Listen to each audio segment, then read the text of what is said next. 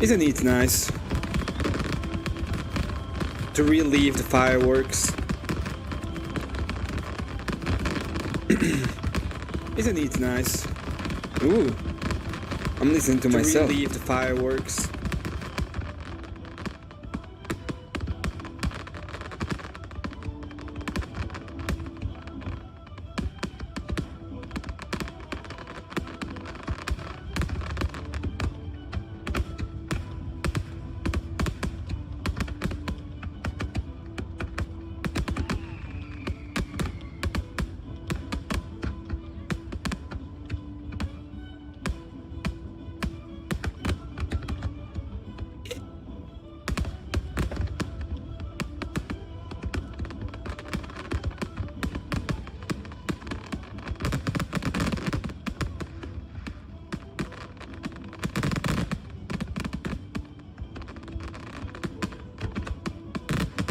Over here in Utah, we have a lot of different places or different times we have fireworks, all in July.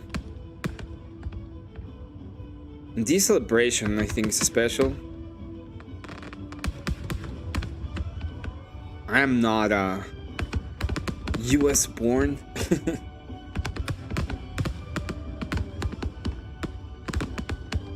My lord, what a great nation this is.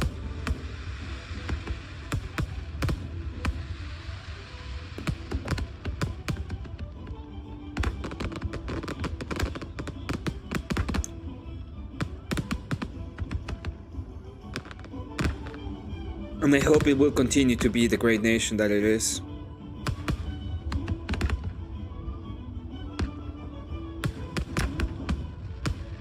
I'm pretty sure this were at New York. Even that filthy commie field city.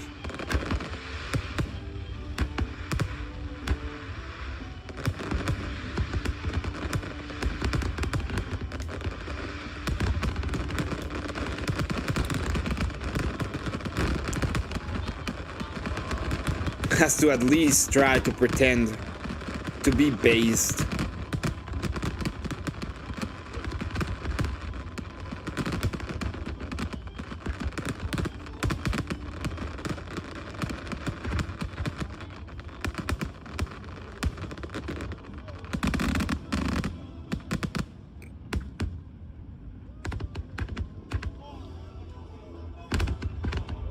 I pray for so as well, God.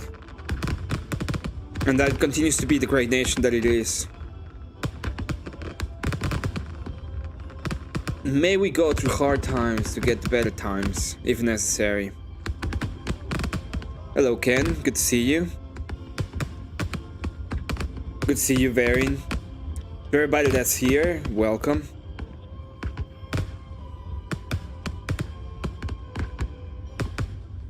$250 years.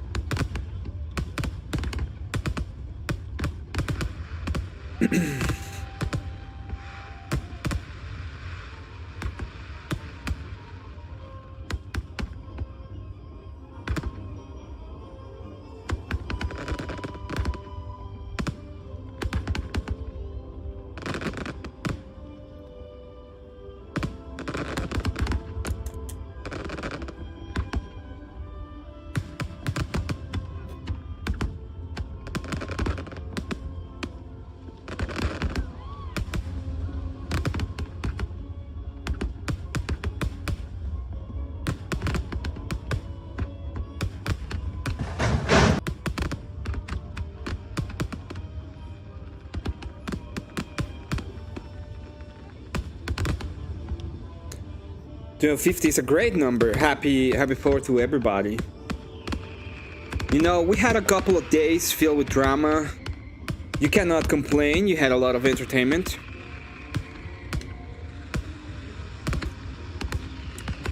Not that it really matters. But I wanted to make a stream just celebrating a little bit of America, talking a little bit about America. And I think starting with some fireworks. Hello, Kat, welcome. Good to see you. Hello, Doom. Hot dog flavored water. That sounds not so great, to be honest. On my route for me. It just doesn't sound great.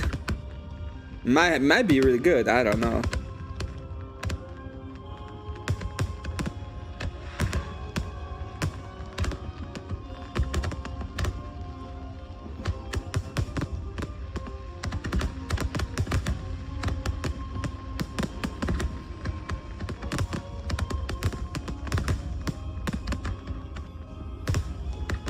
Hey Doom.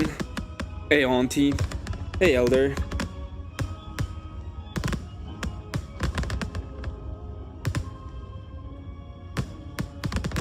Happy 4th of July to all of you.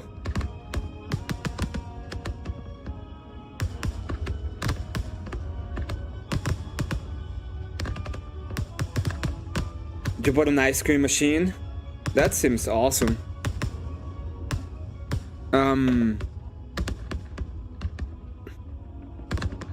I would always say the normal ones. Strawberry. I always loved the strawberry ice cream.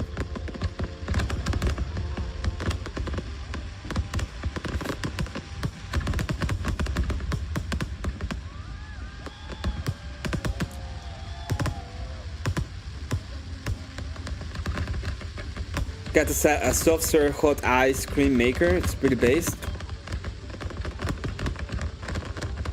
England had a king that went through a terrible period when America was born. I gotta think God has something to do with that. They made a movie called The Madness of King George.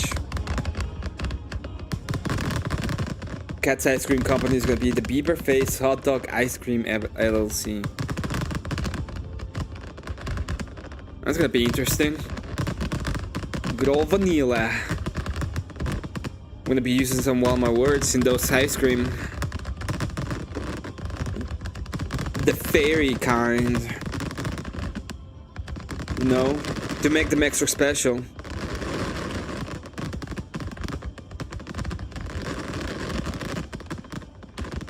I personally don't like the fancy cold ice cream.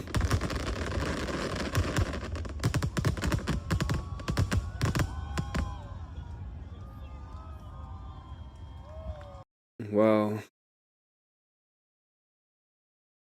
Now, I thought there were going to be a lot of fireworks today, but I think everybody used their fireworks yesterday. There's an ordinance in the city, and apparently we do it. I could buy by ordinances. Fall asleep yesterday for some reason. I was kind of tired. Came back here and ended up doing it. So,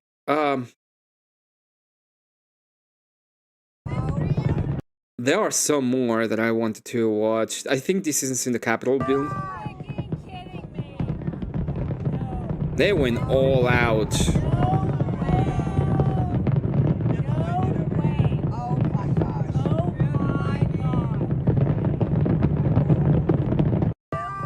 You can say a lot of things about Trump, but you cannot say that man doesn't know how to put on a show.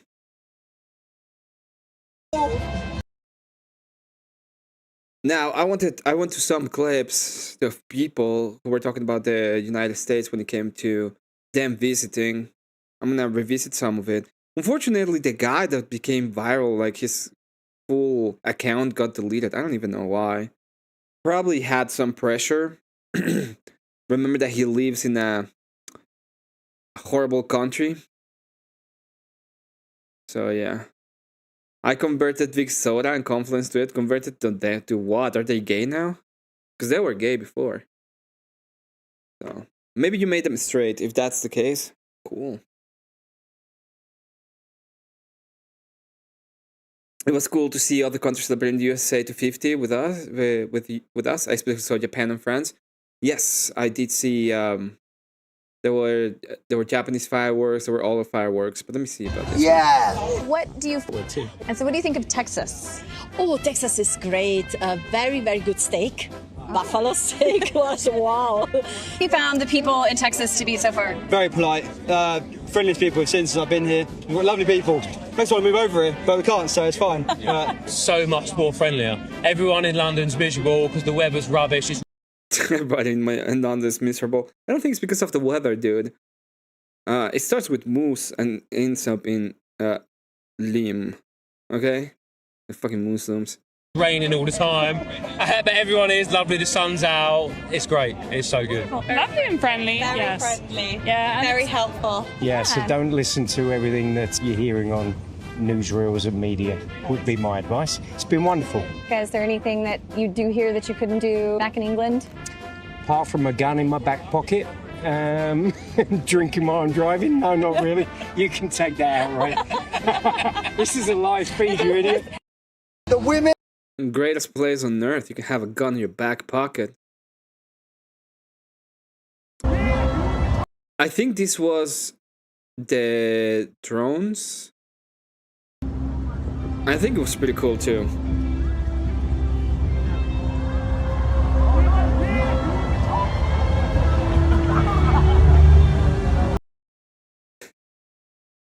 It makes you teary. Why? Sorry. It makes you teary. Why? Help us understand. Why is it so impactful to you? Sebastian Krauts never imagined his trip to America would be so emotional. Yeah. No, you're human. Happy tears. In just a few weeks being here, I fall in love with this country, and this was so emotional. I even cried in the stadium. it's a huge departure from what he was expecting before traveling to follow the German soccer team in its World Cup run. To be honest, I was a bit scared or had the fear to travel to the United States. News about shootings and criminals and that the country is not safe. Well, it is true that there are places in the country that are not safe. But 99% of the country is amazing. And this is what conservatism is about, right? Conservatism is about conserving those parts of the country and that culture and that amazingness that has been created in this country that made you prosper. So Takes us home. It's great. America is great. Sebastian met a group of strangers who offered him a ride to his hotel. What is the best city? Boston. That's Bob Series and his family, New Englanders who showed a group of Germans that Boston is warmer than some might believe. Bob, thank you so much. I love USA. Enjoy your time in the U.S. To me, I watched the video by myself maybe 40 times. I had tears in my eyes. Sebastian I just realized that I'm still in my starting thing. Oh, it's not that one. There we go. You. Wrong place. was more upset about the prospect of leaving America than Germany being eliminated from the tournament. That kindness he experienced is also what many locals and transplants have lived as well. I loved living here. I thought the people were always so kind. People here are very polite. The World Cup just made it easier for folks to see. I certainly talk to a lot more strangers than I normally do. And you think it's because of the World Cup? I do. Americans are not rude, Germans are not rude. If we are together, we can achieve great things. Sebastian's going to be sticking around for a little longer. He's going to spend the 4th of July in Washington, D.C. Then he goes back home to Germany to his family and friends. He's going to be telling them all about our country. So, about this World Cup. There's more. But there's more. The best things about this World Cup, actually the best thing about this World Cup, is that every nation outside of the US, their fans have come into the US and got to experience these like real niche, truly like American experiences. Like, Americans need to understand, I think for the most part, English people in Europe see the US, unless you go to the US a lot, but even then, the US is like almost not a real place in our eyes. It's like it is a movie. If a country was a movie, it's the US. Like, it's a video game. It's almost not real until you go there. And so then for fans of, like, you've seen all the videos of like Scotland fans taking over like Dallas or Boston or wherever, and like partying with bagpipes in like the Lower East Side in New York here. And then you've got the Japanese partying with Mexicans. Everyone is coming to the US, right? And there's been loads of problems and controversy before the tournament. But the best thing is that everyone has been able to come here and actually experience like these real niche things about the US that you only see in films or TV shows or video games, right? In GTA. And they've been able to come here and actually experience it for themselves. And it is like you're in a movie yourself. You're like, oh my God, I'm on this movie set in this random city and get to experience a rodeo. People have never been to rodeos before. If you grew up in Scotland, you've never been to a rodeo before, obviously. It is the best thing I've seen come out of a World Cup for so long. Like, I was in Qatar in 2022, and it was great because you could go to loads of games, but there wasn't too much outside of the football that you could kind of get involved in. I was in Russia in 2018. That was amazing at that point to go there and experience that country because I'd never seen Russia before. I'd only seen it in movies. But then you come to the US and there is such a wide variety of like truly American experiences in so many different ways that every nation has been able to like experience, and it's so cool.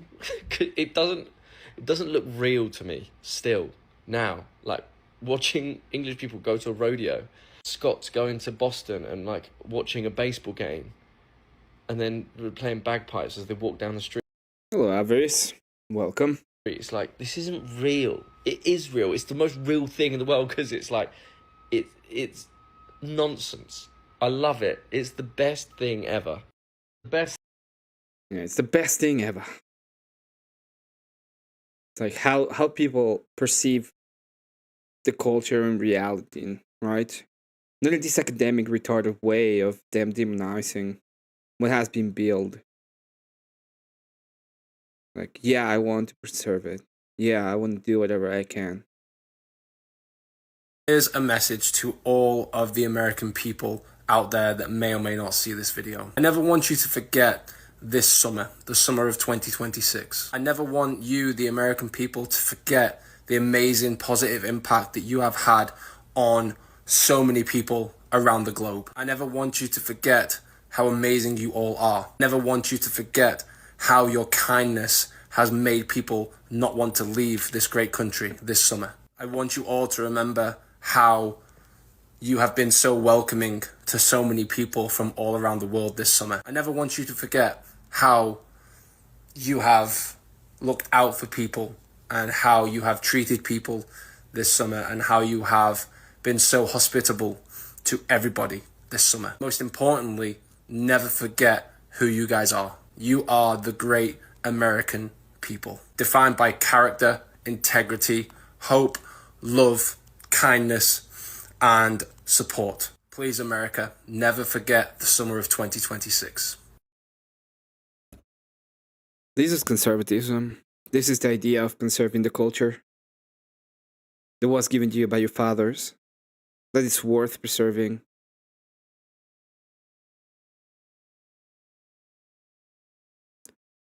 So,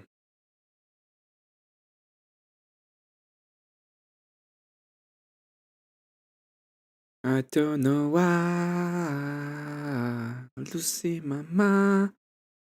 Yes, we need help. This is a message. This was...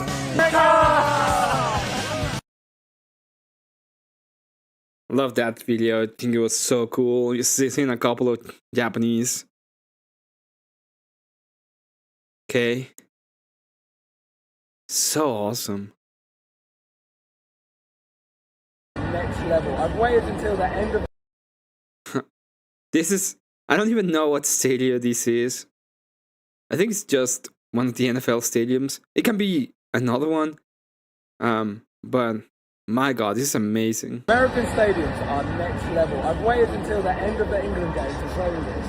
There's a roof above my head. There's air conditioning units. It's 35 degrees outside and you wouldn't even know in here. The roof even opens and closes. I feel like this should have been the venue for the World Cup final because this stadium is on another level. I'm not sure which is better between the one in here in Atlanta or the one in Dallas, but I can't stop thinking about how good these venues are. Yeah. Huge. It's like the best places.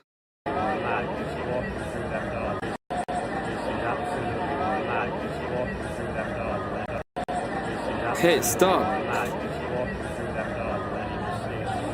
Alright, wouldn't stop. Big dome with a 360 screen inside.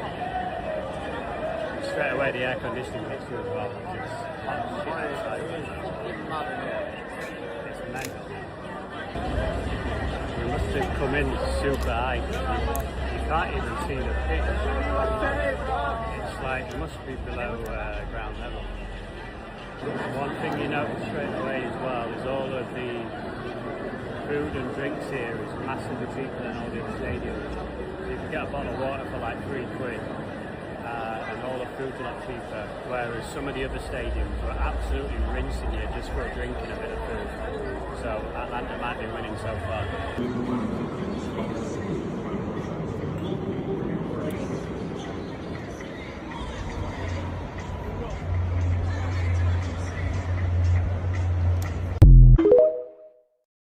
If a match was being near me, I'm taking some friends to a shooting range, absolutely blow their minds. That can be taken different, okay? But talking about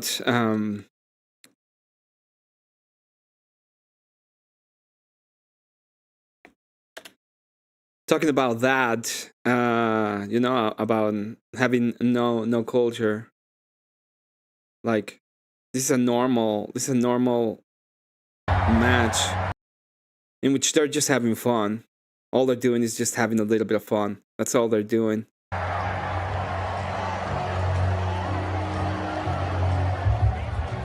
Where did I begin? I can't begin to know it.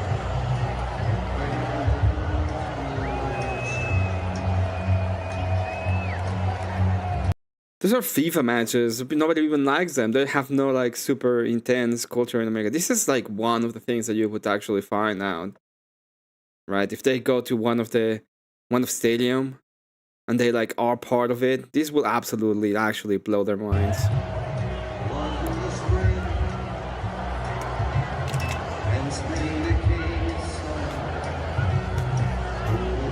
This will blow my mind.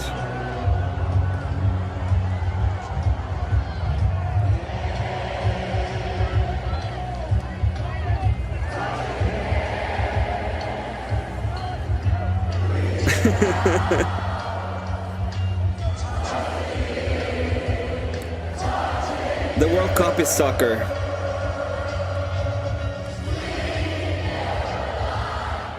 Get a bit.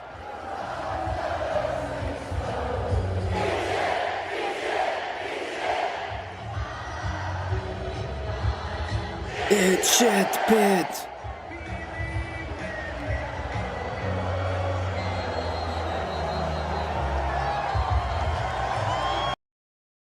Even all of these is like insane. Like I see different posts, I see different places, and I've seen the kindness that people have all around, and the really good culture that's actually expressed. Sometimes we come here into like the internet, and we are in the internet space, and we don't realize how contentious we become. But there is the question, like, what are we conserving? We're conserving family. We're conserving the values of the country. We're conserving the things that made us a good country that people actually want to visit and live in and be part of. Okay? And to all of you who are Americans who watch this, I want to say thank you, and I want to congratulate you on 250. May you have 250 more. May you all be able to keep your country and make it as great as you can. Okay? You know, when they say, when Trump said, "Make America Great Again," the question everybody should have had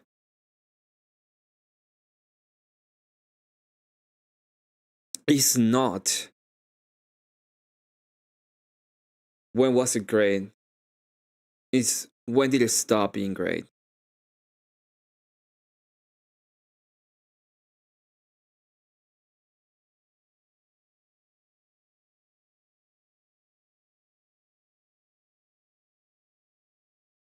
So I just want to say happy 4th of July. I know it's already the 5th. For some of you, it's already the 6th. Hope you have a great time with your family. If you weren't with your family, hope you have a good time. Hope you all enjoy it. I hope you all feel a little bit of necessarily an amazing amount of pride, but a little bit of pride.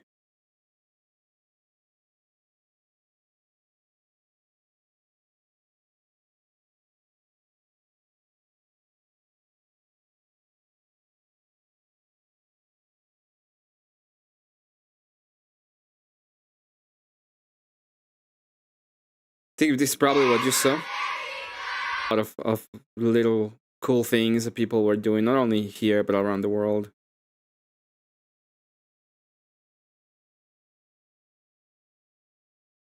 There was this.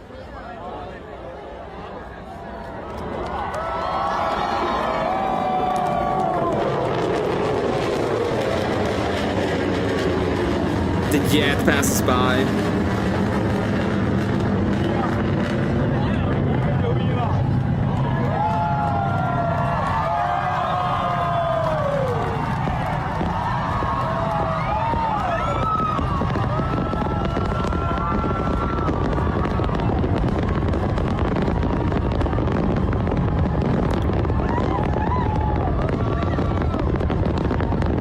Hey, Craig.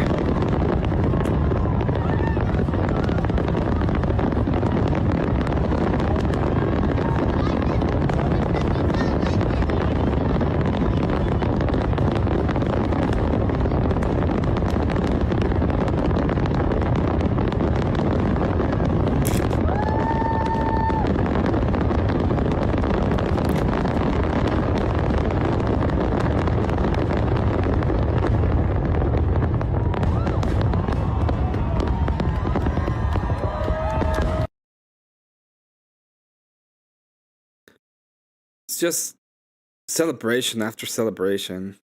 It's amazing. It's the sound of freedom.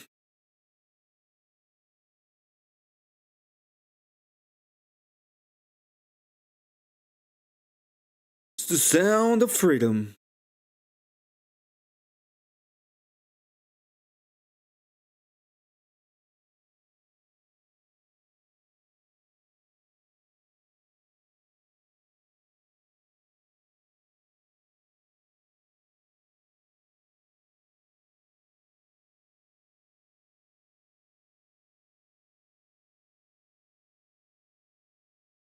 Oh, I saw this one. I thought it was funny as fuck.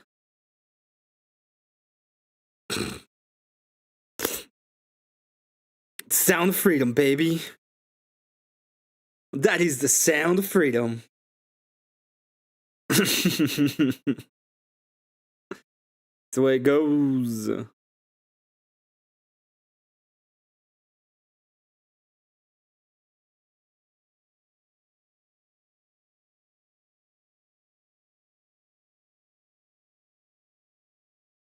It's legal in Tennessee. 30 fireworks superstore. We're about to go buy some fireworks. My God, there is this whole store for fireworks. Being so for real with you right now, there is people with carts. No way. God bless America. Give me something that'll get me to the mood. What do you have there? Box of freedom. A box of freedom. You're telling me that we're not allowed to let off some majestic mamas in the car park? This is the greatest country on earth. Oh no. You could spend $5 grand easy. You're probably going to. Never too much. In Australia, they make you wear seatbelts in the back see. In America, roses and roses and roses, freedom. God bless the USA. They're called freedom candles. You know what it smells like in here? The greatest country on earth. Fireworks legal in Tennessee. You know how it smells here? The greatest country on earth. You can find like hundreds of videos of people just amazed, not only at the culture, but at the people. Right? Why are we conserving?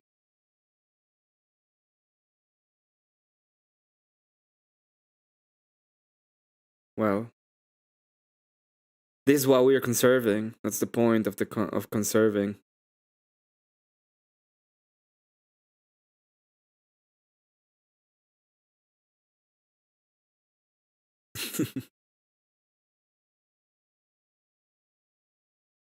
It's always so cool.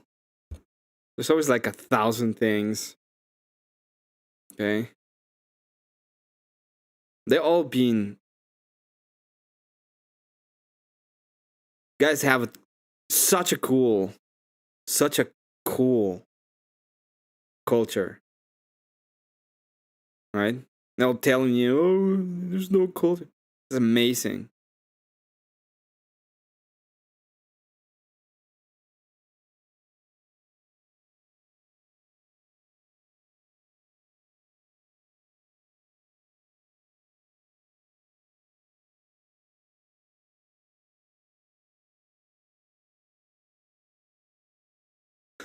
I want to go on a little tour. I haven't watched this video 100%, but it's supposed to be like the top 25 places to visit in the US. It's supposed to be by a guy. I'm gonna put Ryan Shirley. I'm gonna put his YouTube channel on the chat if you ever wanna see a guy just going around different places. You can always do it. I gotta say thank you very much to Kat for the insanely huge, ginormous 1776 super chat with a lot of American flags. Girl power. Girl power. Thank you for that, 1776. Greatly appreciated. Okay, I want to say God bless to all of you. You deserve to enjoy this time of the year. Okay, it's not because it makes you greater, you're incredible, it's because this is what your forefathers gave you. And it deserves. Okay, it is something that should be protected. It's part of the commandments. Honor your mother and your father. That commandment is really important. A lot of people don't actually understand how awesome, how important the commandment is, because it really tells you like you should be part of it. Thank you very much to Saw Gelpy for the $10. It says nothing, you're showing some support for the patriarchy though. For the patriarchy.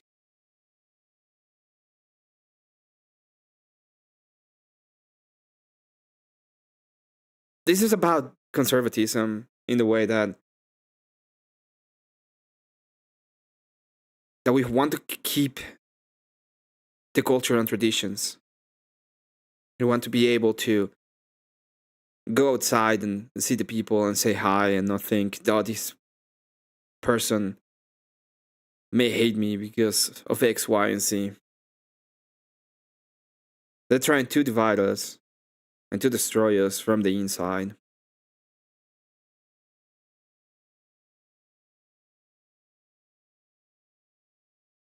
And at this point, it's not gonna happen.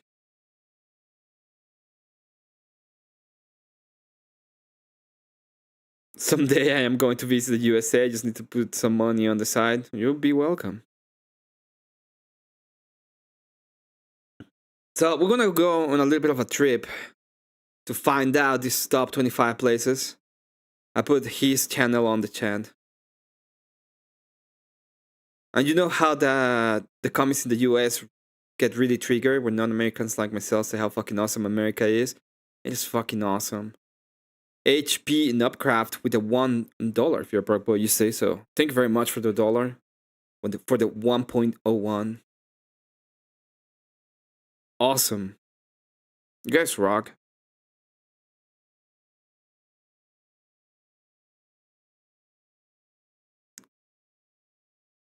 I also want to say that Mexico lost his World Cup match today.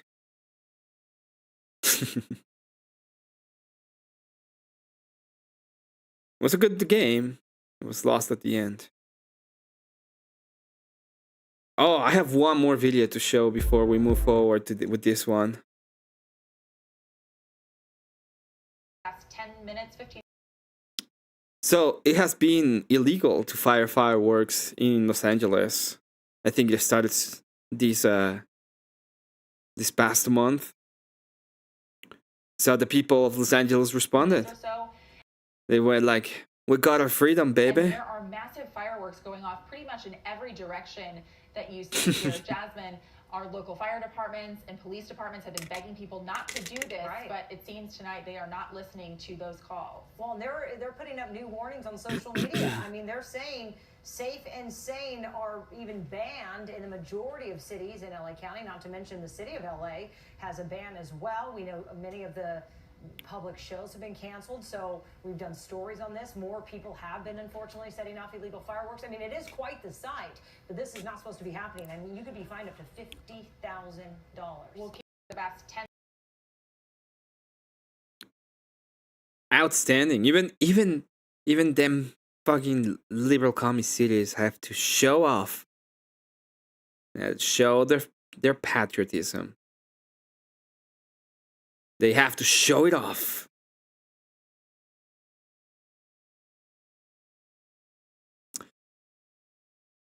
Oh, I'm gonna go back. I'm gonna listen to him. The U.S. is an incredible country, from the beautiful Hawaiian Islands to the wild rock formations of the Southwest. Each part of the U.S. has something unique to offer that deserves a visit. Let's start this video off at beautiful Lake Tahoe. I have to say that it's my favorite lake in the USA. Located right on the Nevada and California border, Lake Tahoe is the second deepest lake in America with a depth of over 1,600 feet. I mean, it's just absolutely massive. What I love about this lake is how clear the water is. I mean, it's just such a stunning blue color. It's also famous for having smooth granite rocks that peek out of the water. Now, a great place to go is Sand Harbor Beach. It's full of clear water and tons of Lake Tahoe rocks. It's an ideal place to swim and paddleboard. Me and my wife were there back in May. Now, while the water was freaking cold, it was still fun to go there and enjoy the scenery. If you do go, I'd recommend visiting in July or August so the water can warm up a little. After, we're going to head over to... I haven't been to that lake, but I've been to Bear Lake, which is in between Utah and Idaho. And I think it's touches Wyoming. And it's so cool. Danny, no fireworks for you Americans. Sorry, with the sound of freedom. Exactly. That's exactly what happened. Ah.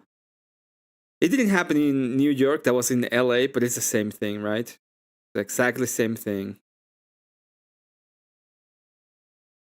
Yosemite National Park, now located about a 4-hour drive from Lake Tahoe. Yosemite is one of the most stunning national parks. It's famous for its massive granite cliffs, clear streams, and powerful waterfalls. One of the coolest features of the park is Half Dome. It's this gigantic piece of granite that rises over 5,000 feet from the valley below. One side is a sheer cliff, while the other half has the appearance of a rounded dome. One of the most famous waterfalls in the park is Yosemite Falls. It's one of the world's tallest. There's a very similar fall around here. It's called Bridesvale. It's probably way smaller than this one, but it's like a very well-known waterfall in Utah County. with its upper falls being 1,430 feet high. One of the more peculiar waterfalls in the park is Horsetail Falls. During mid-February, the setting... Oh, look at that! Whoa! That's so incredible. sun hits the water just right, creating the illusion of a firefall. Yosemite is home to some of the most beautiful spots in the US, and I hope you all can visit. From Yosemite, we're going to head to the coast to visit Big Sur. Now located on the Pacific 101 highway, Big Sur is one of America's most scenic drives, known for its winding turns, seaside cliffs, and views of the misty coastline. One of the coolest places in Big Sur is the Bixby Creek Bridge. It's one of California's most photographed bridges, and you'll understand why when you get there. Big Sur is also home to Midway Falls, which is an 80-foot waterfall that falls onto the beach below. If you keep driving south on the one... Oh, it falls directly to the beach. That's incredible. That is so incredible. I can imagine, like, going from one side to the other side of the United States and just visiting different sides. Which is, by the way, that's like a plot in a lot of movies. There are like a lot of movies. What's the name of this stupid... Like the Emotions movie does it at the beginning. I don't remember the name of the movie. But Disney has done like a lot of moving from one place to another place and then just watching the different sides. Right? Which is very kind of American. The great... One of the things that I think is also very American is like the biggest... the biggest teapot in the world, and you see that they made like a huge teapot and just go there for a little while. 101, it'll take you to this elephant seal vista point. It's this beach filled with thousands of elephant seals. They're some of the largest and weirdest animals I've ever seen. Depending on what time of year you go there, they may be sleeping on the beach or fighting to the death. Pretty crazy animals. Now, while we're still in California, we're going to visit the California redwoods. Now, the redwoods are the tallest trees in the world, with the highest reaching 300 and... That's the plan when I get the Bugatti RV. Okay. I want to see these trees someday. I don't think I don't even know if I will, but the biggest trees in the world, the tallest, not necessarily the biggest. And there's also the oldest tree in the world is in it's in Northern California. The name is Methuselah, and it doesn't. We don't know where it is 100%. There's some pictures of it, but we don't know where it is, and it's to avoid people going there. Because it's a very old tree. I think it's 1,500 years. 79 feet tall. There are groves of redwoods scattered along the Northern California coast. And there are plenty of places to see them. I went to the Jedediah Smith Redwood State Park. We explored the grove, and I was just blown away by the size of the trees. Not only were the trees amazing, but just the whole ambience of being there. The trees pretty much blocked out all sunlight, and then the ground was covered in these ferns that made it feel like you were in a Jurassic Park film. I mean, such a magical place. Now, ooh, the Jurassic Park. After exploring California, we're going to make the drive up to Oregon. Now, I have to say that Oregon is one of my favorite states. It's home to massive volcanoes and countless waterfalls. Me and my wife did a road trip through the state about a month ago, and it was extremely enjoyable. Oregon is home to some of the best coastline in the USA. I highly recommend just driving down the 101 Coastal Highway. One of my favorite stops was this place called Meyer Beach. It had these massive rocks, and we had the beach all to ourselves. Yeah, they're super expensive. Another scenic They're really spot cool is though. the Samuel H. Boardman Scenic Corridor. It's one of the most beautiful spots on the Oregon coast in my opinion. If you keep driving up the 101, you'll reach Cannon Beach. When you think of Oregon, you might think of Cannon Beach. I remember first seeing this place on Steven Spielberg's movie The Goonies, and I've wanted to go ever since. It's famous for its Haystack Rock. It's this massive 235-foot sea stack that shoots out of the ocean. In 2013, it was listed as one of the world's 100 most beautiful places by National Geographic, and I totally understand why. It's a wonderful beach to relax or jump in the water if you can handle the cold. After Oregon, we're going to head up to neighboring Okay. Seattle? Fine. Seattle. Located in the state of Washington, Seattle has to be one of my favorite cities. I just love how it's built right on the Puget Sound, contrasted with a skyline full of skyscrapers and a backdrop of the massive... We have a giant covered tree here in New Zealand called than Mahuta. Ever estimated between 1250 to 1500 years old. Yeah, maybe I'm wrong about Methuselah. Let me check.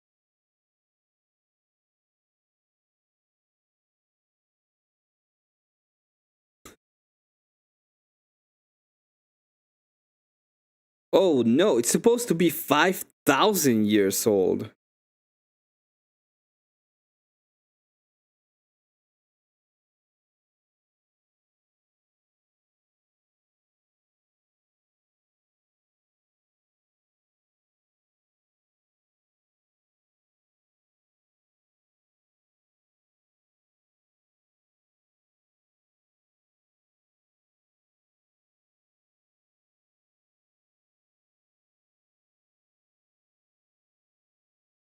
Interesting. Mount Rainier. Now, one place you gotta visit if you're in Seattle is Pike's Place. It's a public market that has been open for more than 100 years. It's full of fresh produce stands, unique shops, and the world's first Starbucks. I just love all the colors, smells, and just all around vibe. Pike's Place is also home to the Gum Mall. It might gross you out, but at least it's full of colors. After Seattle, we're gonna head up north to visit Alaska. When you think of untamed wilderness, Alaska is it. And it's just a land full of some of the world's biggest mountains and glaciers, and it's one of the few places in the USA where you can see the Aurora Borealis. When I look at these landscapes, I mean, they're just so vast and untouched. I mean, it's unbelievable. One popular form of transportation is by helicopter or bush plane because some spots are just so remote. So if you ever want to escape the chaos of the world, Alaska may be the place you gotta go. None other than Avarici is from Alaska. He says that he talks some kind of Aboriginal dialect from there. Can't ever pronounce it. But I know that it's like a beautiful place. They also have the tallest mountain in the Northern Hemisphere. I always forget the name.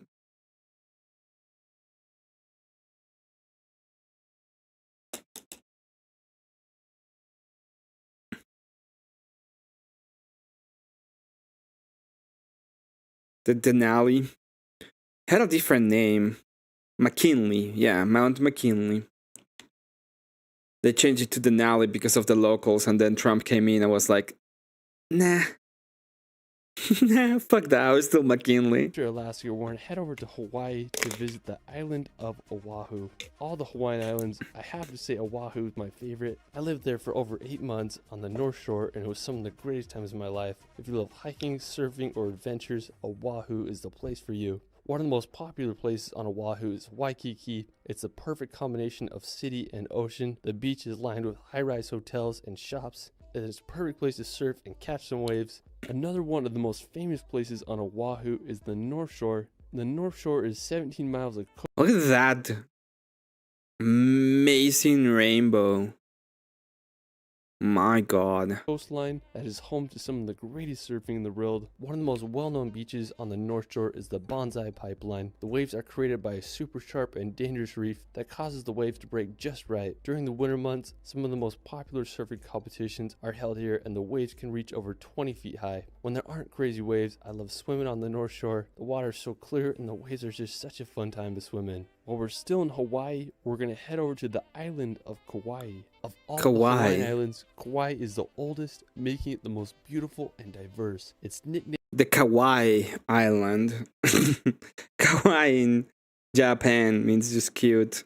That's why I'm laughing. The Garden Island, and when you go there, you'll understand why. One of my favorite places is the Napali Coast. There are very few places in the world, if any, that holy match the beauty fuck! of this Look at coastline. that. The Napali Coast is filled with sea cliffs that rise 3,000 feet from the ocean, contrasted with deep, narrow valleys that empty to the sea below. There's several ways to experience the Napali Coast. One of the best ways is by helicopter. Prices range from anywhere between $200 to $300. For a 50-minute tour, you'll be able to get some of the best views of Nepal's coastal cliffs and valleys. Another great way is through a boat tour. These range from 3 to 6 hours and cost upwards to $150 per person. If you're on a budget like me, there's plenty of hikes and lookout spots you can go to. One of my favorites is the Kalalua Lookout. Another amazing place to visit in Kauai is Waimea Canyon, nicknamed the Grand Canyon of the Pacific.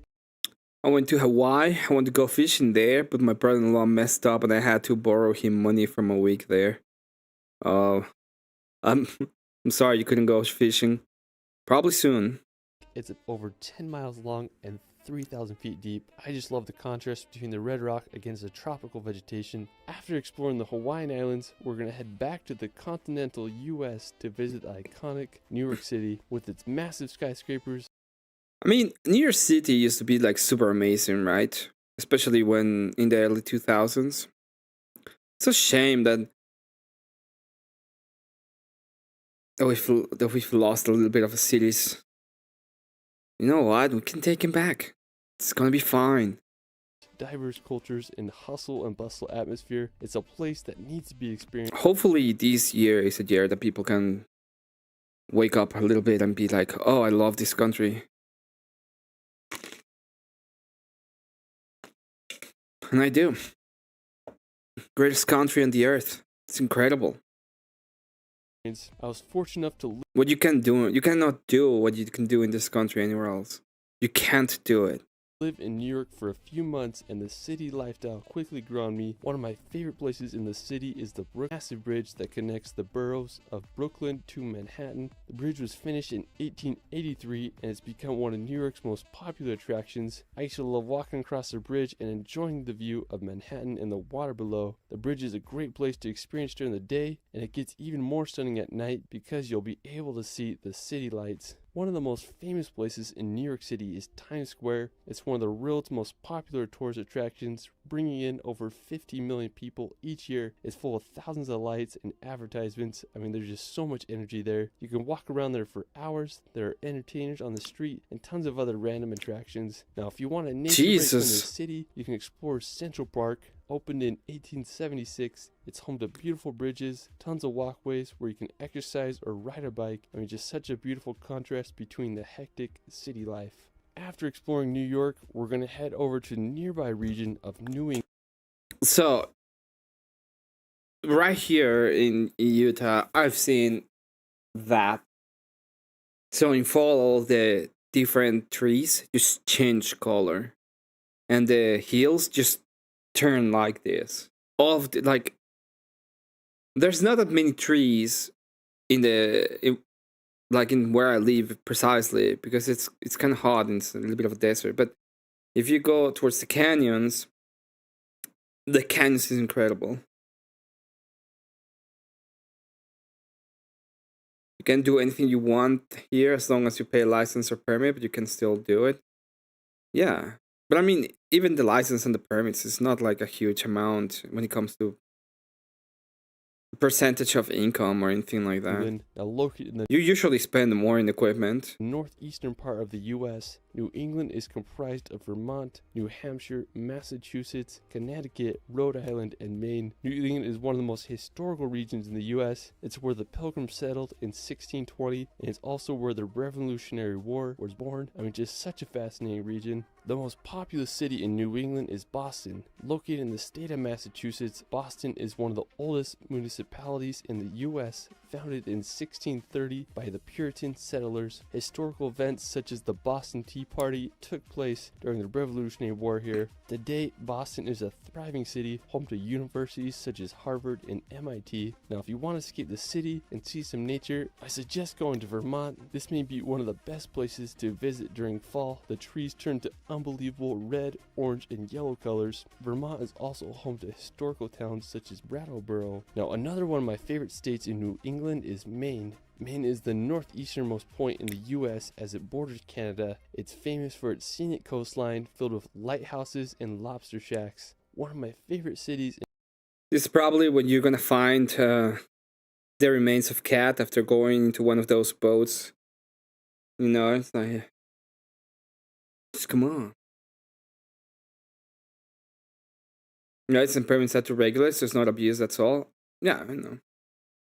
I don't have a problem because they're usually luckily mandated. If it was like a federal thing, I would have more of a problem. Portland. I don't have a problem with local regulations. Coast. It was first settled in 1623 it's so beautiful by European settlers. Today it's known for its old port district and harbor. One of the coolest places is the Portland Head Light. It's a historic lighthouse that was built all the way back. I think every headlight is based on that headlight. Every single one. in 1791, making it the oldest lighthouse in Maine. Another beautiful place in the state is the Acadia National Park. Acadia is mostly located on the Mount Desert Island. The national park is full of granite peaks, rocky coasts, and tons of beautiful trees. I have to say it's one of the most impressive national parks on the East Coast. After Maine, we're going to head to the opposite side of the country to visit the Florida Keys. So the Florida Keys are a Coral Cay archipelago located right off of southern Florida. It's basically the American version of the Bahamas. What's really impressive is that all the islands are connected by a road, making it one of the coolest drives in the US. I was out in Florida in December and I really wanted to drive all the way to the end of the Keys. When you drive on the bridges, you'll be able to see the blue Caribbean Sea. One of the most impressive ones is the 7 Mile Bridge. At the time of its construction, it was one of the longest bridges in the world. I mean, it just looks like it never ends. The final destination on the Keys takes you to the city of Key West. It's the most southern place in the continental US. We spent the sunset swimming on Fort Zachary Taylor State Park Beach, and it was just the perfect way to end the day. Alright, after Florida, we're going to head over to Wyoming to visit Yellowstone National Park. I went here a few weeks ago and it was a magical experience. Now, one of the most famous places in Yellowstone is the Grand Prismatic Spring. I'm gonna go to Yellowstone soon. I don't know when exactly, but I'm gonna get there soon. Maybe next year. I really like Yellowstone. Like, it's one of the places that I wanted to visit ever since I've been around. It's like a magical place in my head. Third largest hot spring in the world with a depth of 100. And I'm not that far from it, 6 hours. It displays a remarkable rainbow color. You can walk on the platforms around the spring, but you'll get the best view by taking the short hike up to the Grand Prismatic Spring overlook. Another iconic spot in the park is Old Faithful. It's one of the world's most famous geysers because of its reliability. It erupts around every 90 minutes and the boiling water can reach 185 feet high. You can also make a drive out to the upper falls. It's one of the most powerful waterfalls I've ever seen. Another less popular but just as stunning spot is Mammoth Springs. I went there first thing in the morning and it was magical with all its mist coming off the hot spring terraces. Now, while we're still in Wyoming, we're going to head over to the nearby Grand Tetons National Park. I have to say this is one of my favorite national parks. I just love the incredible scenery and the unique jagged shape of the Grand Tetons. I mean, there's tons of hikes to go on. One of my favorites is to Delta Lake. It's a somewhat challenging hike, but when you reach the top, you're rewarded with a blue Gatorade colored glacier lake that has the backdrop of the massive Grand Teton Peak. I mean, it's just hard to beat the location of the spot. When I went there, I just had to jump in the water. I have to say it was some of the coldest I've ever been in, but nothing makes you feel more alive than a polar plunge in some glacier water. If you want a more relaxed experience in the Tetons, you can take the ferry across Jenny's Lake and then make a short hike up to the waterfall. Now, after Wyoming, we're going to make the 2-hour drive to Idaho to visit the St. Anthony Sand Dunes. I mean, this place is... Is there sand dunes in in Idaho? What? Bizarre. It's over 10,000 acres of sand dunes right next to some farmland. I mean, it just feels so out of place. But the whole area is the ultimate playground. Some of the dunes reach 400 feet high. Now, if you love riding dune buggies or dirt bikes, this is the... Oh, this is so cool. Oh, this is so cool. I would like to go there. I usually don't like going into weird places filled with sand. This seems like a cool place to go into a sand boogie. Oh, so what the fuck is that doing there? Oh, it's so cool. My grandparents live nearby, so I've come here many times. Whenever I'm here, I feel like I'm in Dubai or somewhere exotic. It's just such an epic place you gotta visit if you're ever in Idaho. Now, after Idaho, we're going down to Utah to visit the famous Bonneville Salt Flats. The Salt Flats are located about 2 hours west of Salt Lake City. It's one of the craziest locations in Utah and the world. It's basically 30,000 acres of mud covered in a layer of salt. There's no vegetation, so all you see is white and the surrounding mountains. The Salt Flats have been featured in many music videos and movies such as Pirates of the Caribbean. I love coming out here and just messing around on the salt, whether it's setting up a tramp on the Salt Flats or jumping over my car. Since the salt is completely flat, the world's fastest land record has been set here. If you do go, be cautious about driving on the salt because you can sink your car if the salt isn't dry. Now, when it rains, the Salt Flats become the world's largest mirror, and it's just truly a surreal place that you have to visit. Whoa. After Utah, okay, I want to go there. That is an insane place. We're going to New Mexico to visit Shiprock. Now, this may be one You know what's worse than going to weird places with sand? Getting sand in weird places. True. of the most random and unique rock structures I've ever seen. Special thanks to my friend David and Rule for helping me out with the footage here. He has some amazing shots of Shiprock. What I think is so unique about it is the volcanic spines that lead up to the rock. From a Google Earth point of view, you can see 3 volcanic spines that all come together at the rock. I mean, I've never seen anything like it before. The rock is sacred to the Navajos. They named it the Rock with Wings. I mean, what a bizarre place. While we're still in the southwest, we're going to visit Lake Powell. Now, Lake Powell is one of the coolest man-made lakes in the world. It's a reservoir. I heard about this specific lake not long ago, and it was a reservoir made by men. Reservoir that is located in Utah and Arizona. It's been called America's Lost National Park because you feel like you're in the Grand Canyon, except it's filled up with water. Now, Lake Powell was created back in 1960. A lot of my family and friends will rent a houseboat and go boating down here for weeks during the summertime. I mean, I just can't think of a better place to go wakeboarding, and it's a mecca for cliff jumping and water sports. I mean, Lake Powell is such an incredible place, and I hope you all can visit one day. Now, a super cool spot right outside Lake Powell is Horseshoe Bend. It's this picturesque section of the Colorado River surrounded by massive cliff walls. Another really fascinating nearby attraction is Antelope Canyon. It's located just 20 minutes from Horseshoe Bend. Now, Antelope Canyon is one of the most impressive slot canyons in the world. From the outside, the area just looks like a normal desert landscape. As you descend in the slot canyon, you'll witness a most beautiful sculpted sandstone. The canyon was formed by flash floods and thousands of years of erosion. Now, for our last destination, we're going back to Utah to visit Zion National Park. Now, Zion is just out of this world. Pictures and videos don't do it justice. It's home to steep red rock cliffs that are thousands of feet high. One of my favorite and most famous places in Zion is the hike to Angel's Landing. It's about a 5-mile round-trip hike that's famous for its sketchy chain trail. We crossed the bridge over the Virgin River and headed up the trail. We hiked up some steep switchbacks until we reached the top. Angel's Landing is famous for its 1,000-foot drop-offs and chains that lead the way. I did the hike in the winter, so it was icy at times. I bought my 360 camera so I could get every possible angle of the trail. I was able Holy God, so cool. to reach the top. It's like a fish islands. It's so cool. And the view just blew my mind. I was able to see all of Zion's Canyon. It was just surreal. If you can handle the heights, I hope you can hike Angel's Landing. It's called Zion, by the way, because of the pioneers, which most of them, or a lot of them, were Mormons. Sometime in your life. Well, that is it for my USA Top 25. Let me know where your favorite place is in the United States in the comments below. I also started a relaxation channel where I post hour-long films with calming. It's pretty cool. Like, this is like the coolest stuff I've seen in a long time. And it's right here. And it's just a showcase of the things that we have seen, right? The showcase of awesome places, of the awesome things.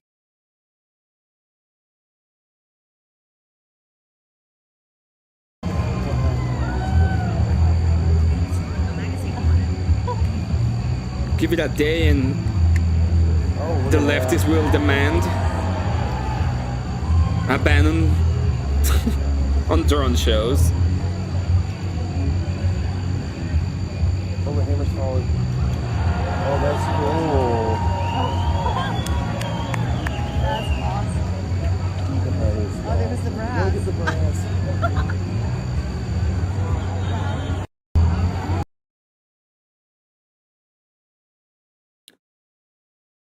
Every single time.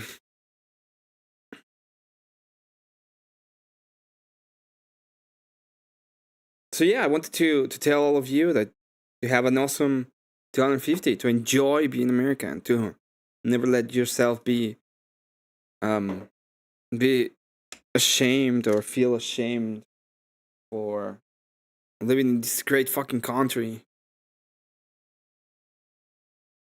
You can kick rocks.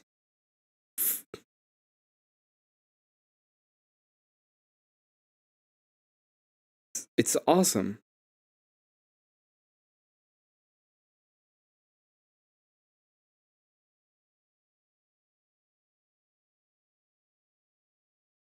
Reason to Jay's stream when Marilyn crashed out because Jay says he would eat my meatloaf.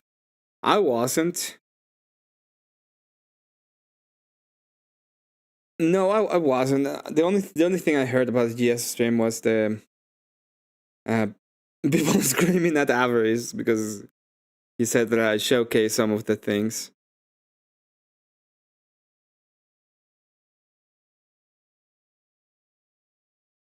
But yeah, I just want to start a stream, make the stream about that. Say happy to 50, and hope you all enjoy your 4th of July. This is why we're trying to conserve, to have a good country for your children, for the people that come after you, for your family, even for you when you grow old. It all comes back, okay? Even if you are a complete person that lives alone in the middle of nowhere, okay? That's not actually a way forward for the people that come after you.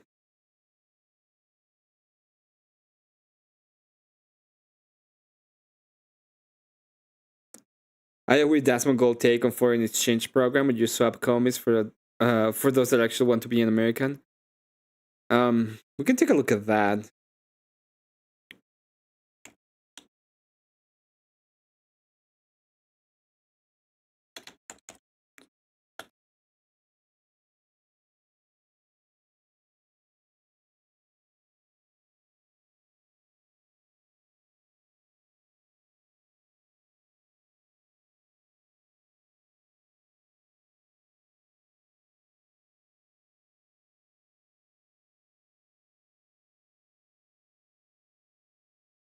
I always want to watch this kind of thing just because I hate Kazan. If you have the video and you want to let me know. And also, this is some, I don't know, good or bad news, depending on how you want to look at it. We are now one step closer to Hassan going to jail. No, brother. I didn't see it. A Cuban national accused of being part of a sprawling influence network that brought U.S. political streamer Hassan Piker to Havana, that's in Cuba, has been detained along with his family and will be deported. What is this? ICAP? I don't know who this person is. I don't know what this org is. Oh no, a post by the secretary. For decades, the Cuban Institute of Friendship with the people. Oh, I don't know. I don't know nothing. I didn't know anything. It was about a month ago. He said in IRC, it was more of a pass and take. I understand that idea, and I will be happier to. You know, the point is.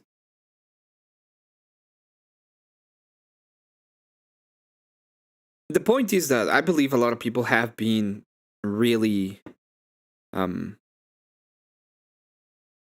It's not decentivized. It's not desensitized. It's a lot of people have been like it's demoralized. A lot of people have been demoralized about where they are, who they are, right? So a lot of people have been demoralized from being Americans. You have no culture. You have nothing important. You guys don't contribute anything. Blah blah blah blah blah. All bullshit. Okay? Oh, you're colonizers, you're doing this and stuff. Fuck that. And fuck them. That is what I would say. This, you know, people come here to the United States and they're fucking amazed by everything. They're like, oh, you can hold a gun? Oh, you can have fireworks? Oh, people are not mean? What they're telling you is the opposite, right? A lot of these people live from countries where these fucking commies come up and be like, oh, well, you know, Germany's better. Germany's so much better. I remember I had a, not long, it was about 3 or 4 years ago. It was a guy, and Germany had just removed all of his nuclear power plants. And I put up a post and I said that was a stupid idea. Nuclear is like the most reliable fuel energy and it was the best possible solution. for energy consumption, and what they were gonna do is when they were gonna destroy like his country if they keep doing those kind of things. And he replied by saying, "But it's Germany, it's great."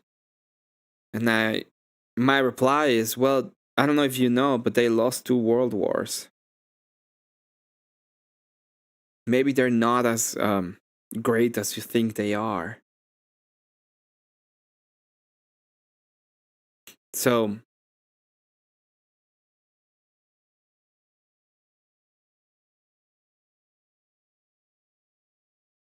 do you see the people from those countries coming up to America and being like blown away by everything? Even the Japanese are like, oh, you can have the guns? Oh. Yeah. So really, like whenever they say you have no culture, they can go fuck themselves. It's a great culture. I don't have a problem leaving up my garage door open. Because I know nothing's gonna fucking happen.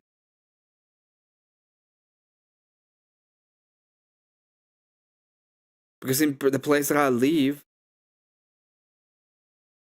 most people are, one, Christian, even if just culturally.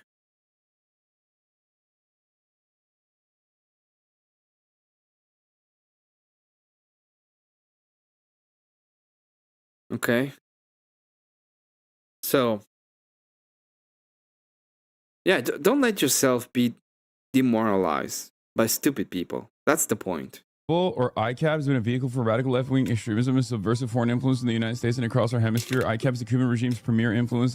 People say a lot of shit about the AC, right? But you guys have AC. You want to see Havana?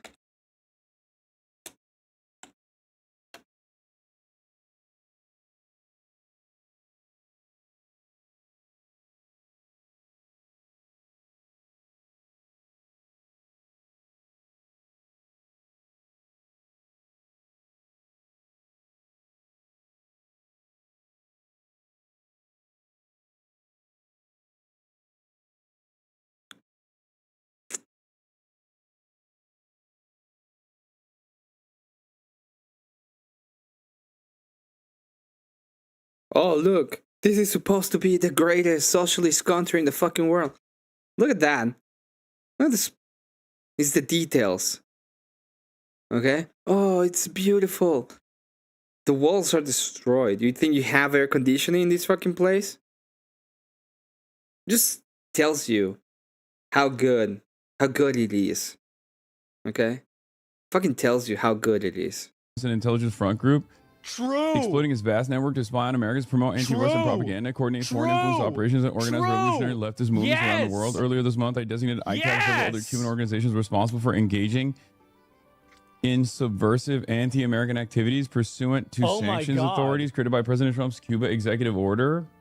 Holy shit. I don't understand why they're covering this as like the organization that sent Hassan Piker to Cuba.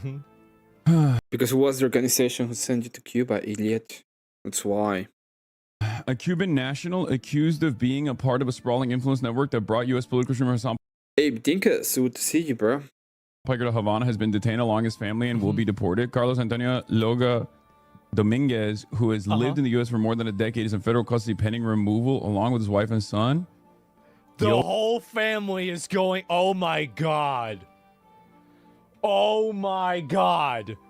Olga Dominguez spent more than a decade working as a foreign subversive for Havana's A foreign subversive. So true. premier influence and intelligence front group in the U.S., the department said.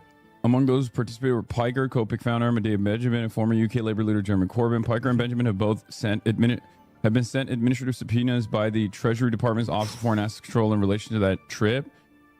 Fox News reported in May. Hope you are well. Hope you are well too. I have not received a subpoena. Oh, he has not. Oh, he has not received a subpoena.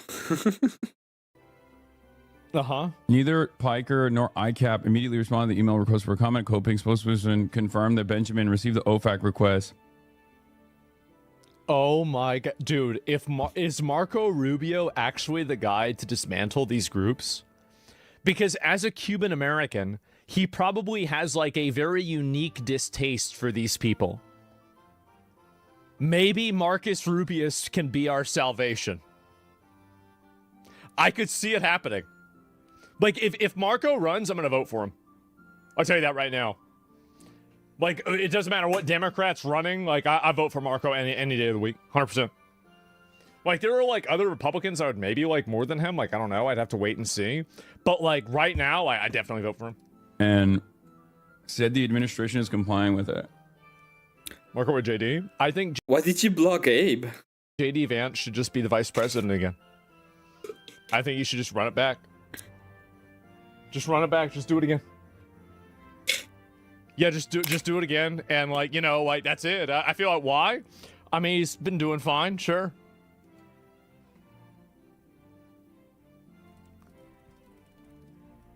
Cuba insists that groups like ICAP are simply advocacy organizations, but announcing Yoga Dominguez's detention, the State Department called it the central node in a sprawling Cuban intelligence influence operation that traffics vile anti-American propaganda. Vile anti-American propaganda. Ooh. Vile anti-America propaganda. These fucking people supposed to be Americans. This is unbelievable. You know what? I bet if Marco Rubio gets his way, this won't even be the beginning. This will not even be the beginning. This is just like the opening scene. You know what? This is even great American. This is greatly American. Because they're going against these fucking commies. Fuck you, commies, okay? No fucking hate commies. Nothing in the universe has destroyed more than the commies. Nothing has been more destructive than the fucking commies.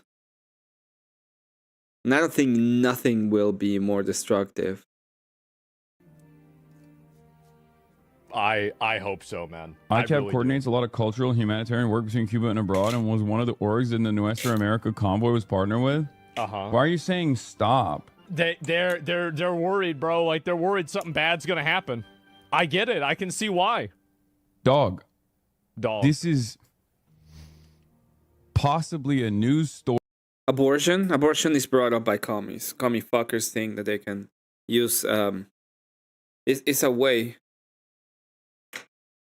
to demoralize and tax the population as well. It's brought up by commies. Story about a far more bro, Trump is gonna put me in fucking prison. I swear to God, what the hell is going on? The McMorrow of Wisconsin has condemned you. Nice. We're about to hit fucking 1930s Germany. On the Democratic Party side are still complaining about people that the Trump administration is actively targeting.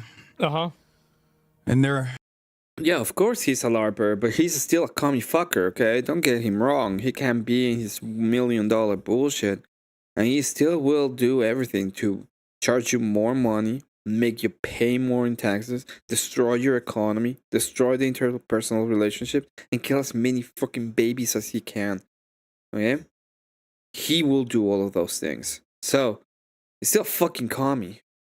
Also, That's because the people like this are the reason why you're getting 1930s Germany.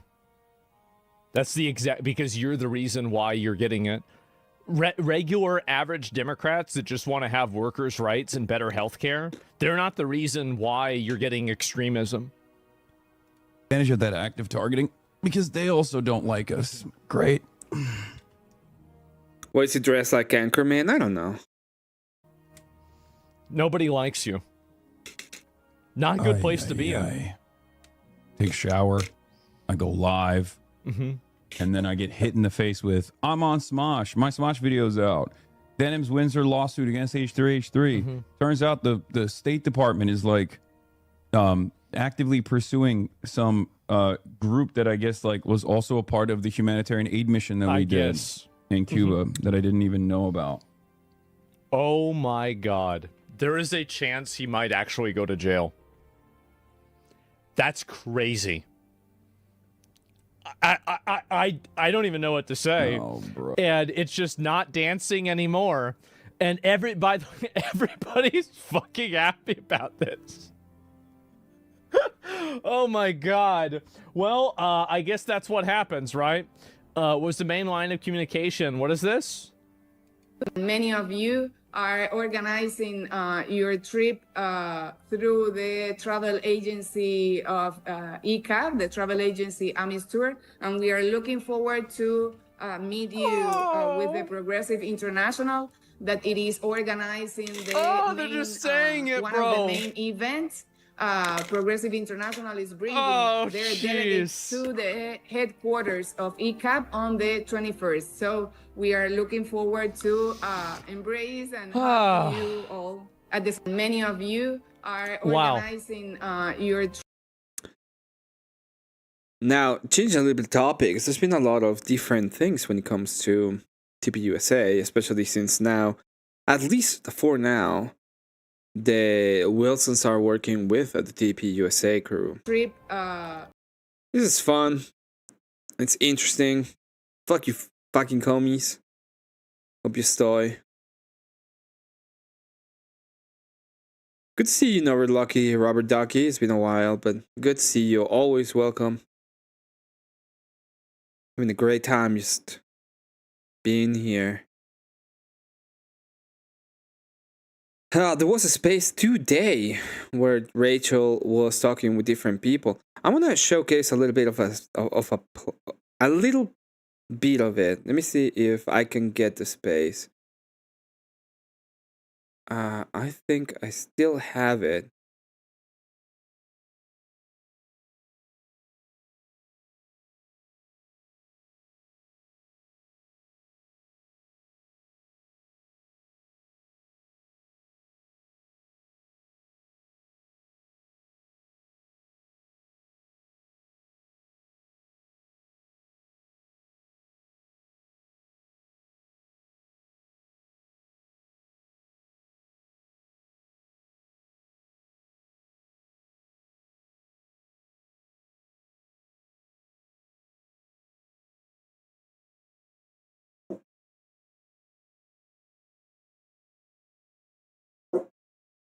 Oh, maybe I don't have it. Oh, I do have it. It's great. So,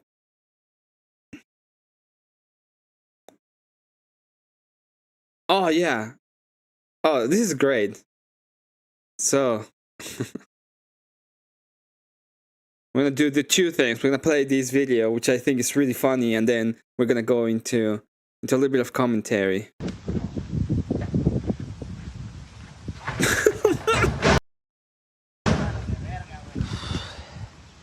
Güey, cálmese a la verga, puto. ¡Ey! ¡Ey, ey, ey, ey, ey! ¡Ey, güey, cálmese a la verga! No, déjalo, no le pegues, déjalo. ¡Ey, güey, cálmese! ¡Ey, güey, no le pegues, güey! ¡No le pegues, güey! Just some Mexicans fighting, which I thought was funny as fuck. Alright, let's go over here. Many of them have bothered to draft a document where we can. So I want to see Uncle Tom and Rachel speak, and this is a little bit about lines of engagement.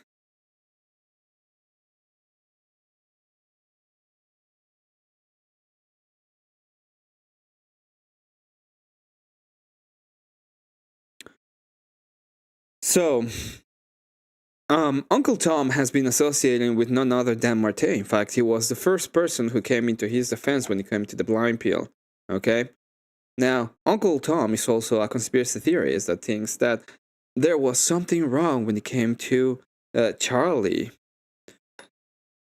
He's been going around telling both Rachel and Andrew how wrong they are. So, if that is the case, okay, I think Mate has a little bit explaining to do himself when it comes to his associations. talk about the book of Matthew in full reality. I can't, you know what I mean? I can't play around with it. Shout out, look, hey, maybe, you know what, God is good. Maybe y'all get in there and y'all make a change. People I want to talk to. Yeah, like, Yeah. look, this is Go what ahead. Andrew and I do. Yeah. We confront people on our side. We don't just confront the left. We go after them.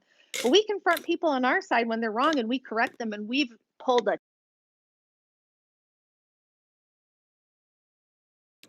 What?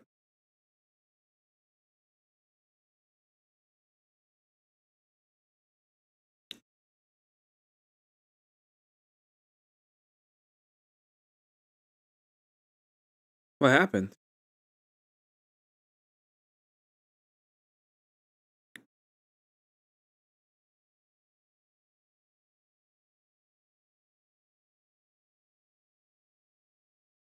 Let's try again.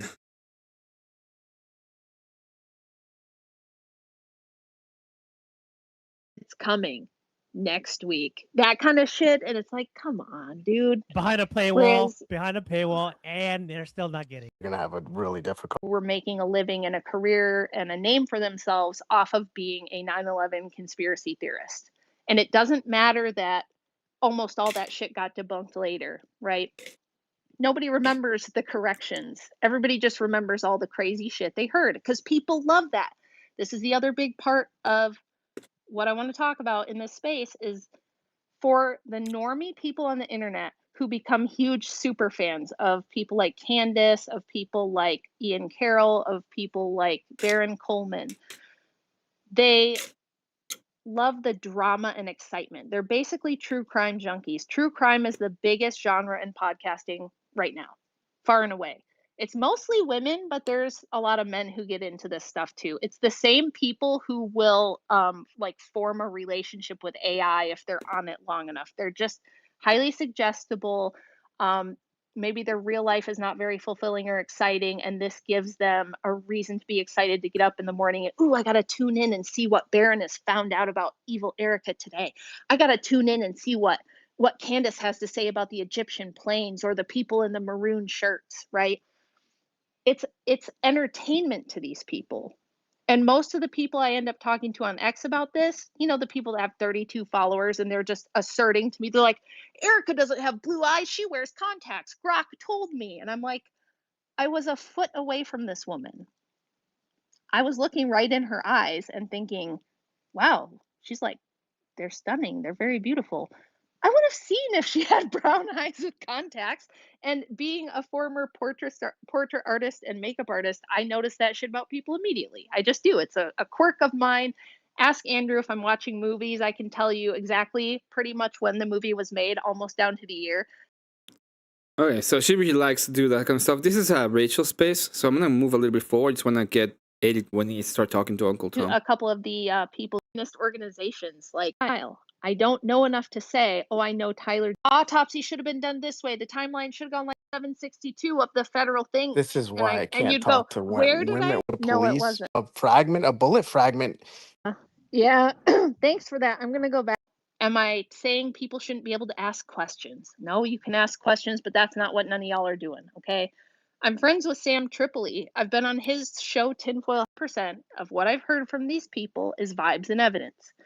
And there's been multiple times that I've caught them. Like the last time we did an X space on this with Andrew, we caught one of these goobers circulating an already debunked AI photograph where he was I bet you did more not picking and criticize Camden Stone's viewers. How about criticism for working for a clear Zionist organization? What do you mean by this?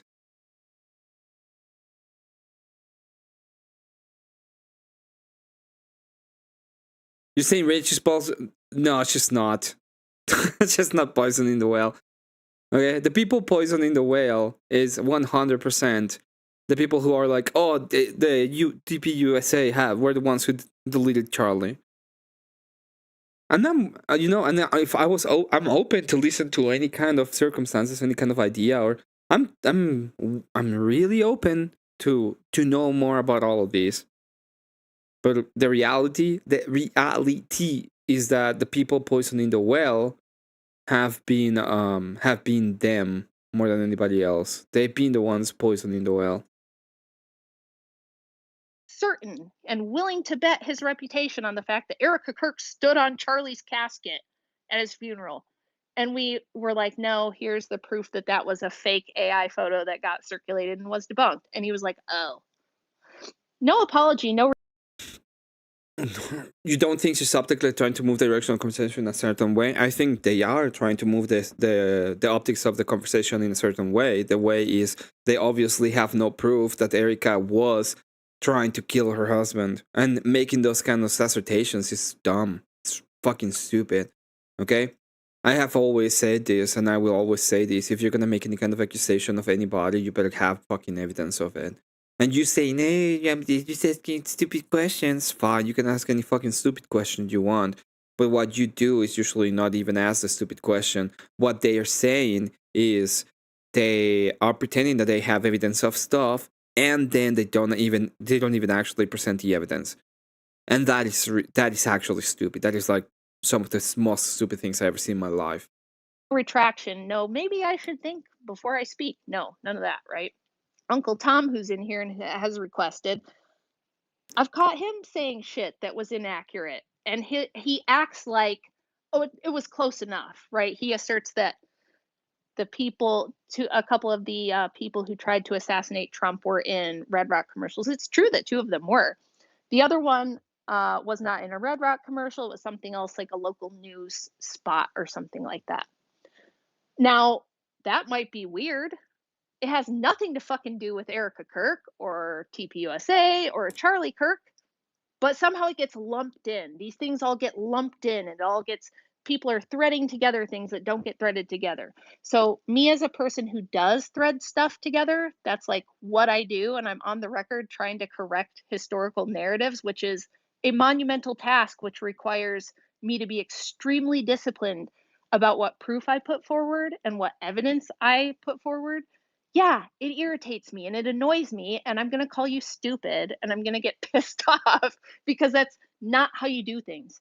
If you really want the truth, if you're a truth warrior, all right, you're a truth warrior, then you need to be a lot more fucking careful. You can't be careless with what you're saying. You can't be reckless with what you're claiming. You can't go off vibe. I don't know what you mean by this not peeking or rhetorical tactic. That doesn't make any sense. I believe what I see Candace say, she thought she was closer to Charlie than TPUSA. So she was closer to Charlie than Erica, and I think Candace wanted TPUSA. Yeah, she wanted that. She's calling on small nothing differences, you're saying? No. What are you saying? Blood. Or feels or any of that shit. And you should wait for the trial. Now, am I saying people shouldn't be able to ask questions? No, you can ask questions, but that's not what none of y'all are doing, okay? I'm friends with Sam Tripoli. I've been on his show Tinfoil Hat. Like, he's a conspiracy theorist. He's had me on. I love Sam. I think he's a great person. I know he doesn't have bad motivations, but even he kind of eats up some of this stuff because it's exciting. It's like, whoa, dude. Whoa, wouldn't that be crazy? So that's what I'm trying to combat. I'm trying to just be like, can we all be sane? Can we just look at actual evidence and actual facts? Because if we're truth warriors, that's what we should be doing. We shouldn't be going off vibes or feels or colored contacts or strip lashes or maroon t-shirts or none of that shit proves anything. And it causes more confusion and floods the zone, which is what my problem is. So I hope I explained that. Sorry for rambling. I'm kind of chatty. How do I feel about Joe Kent? I don't know who Joe Kent is. Let's figure it out.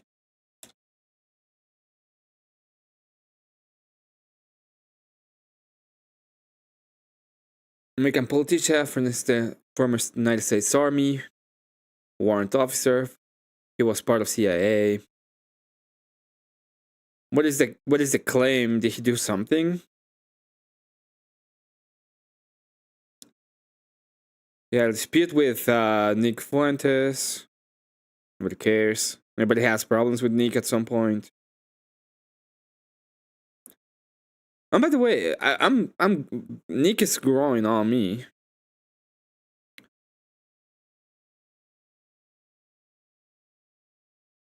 I don't think they have been picking the craziest ops. Literally have been asking everybody for a debate.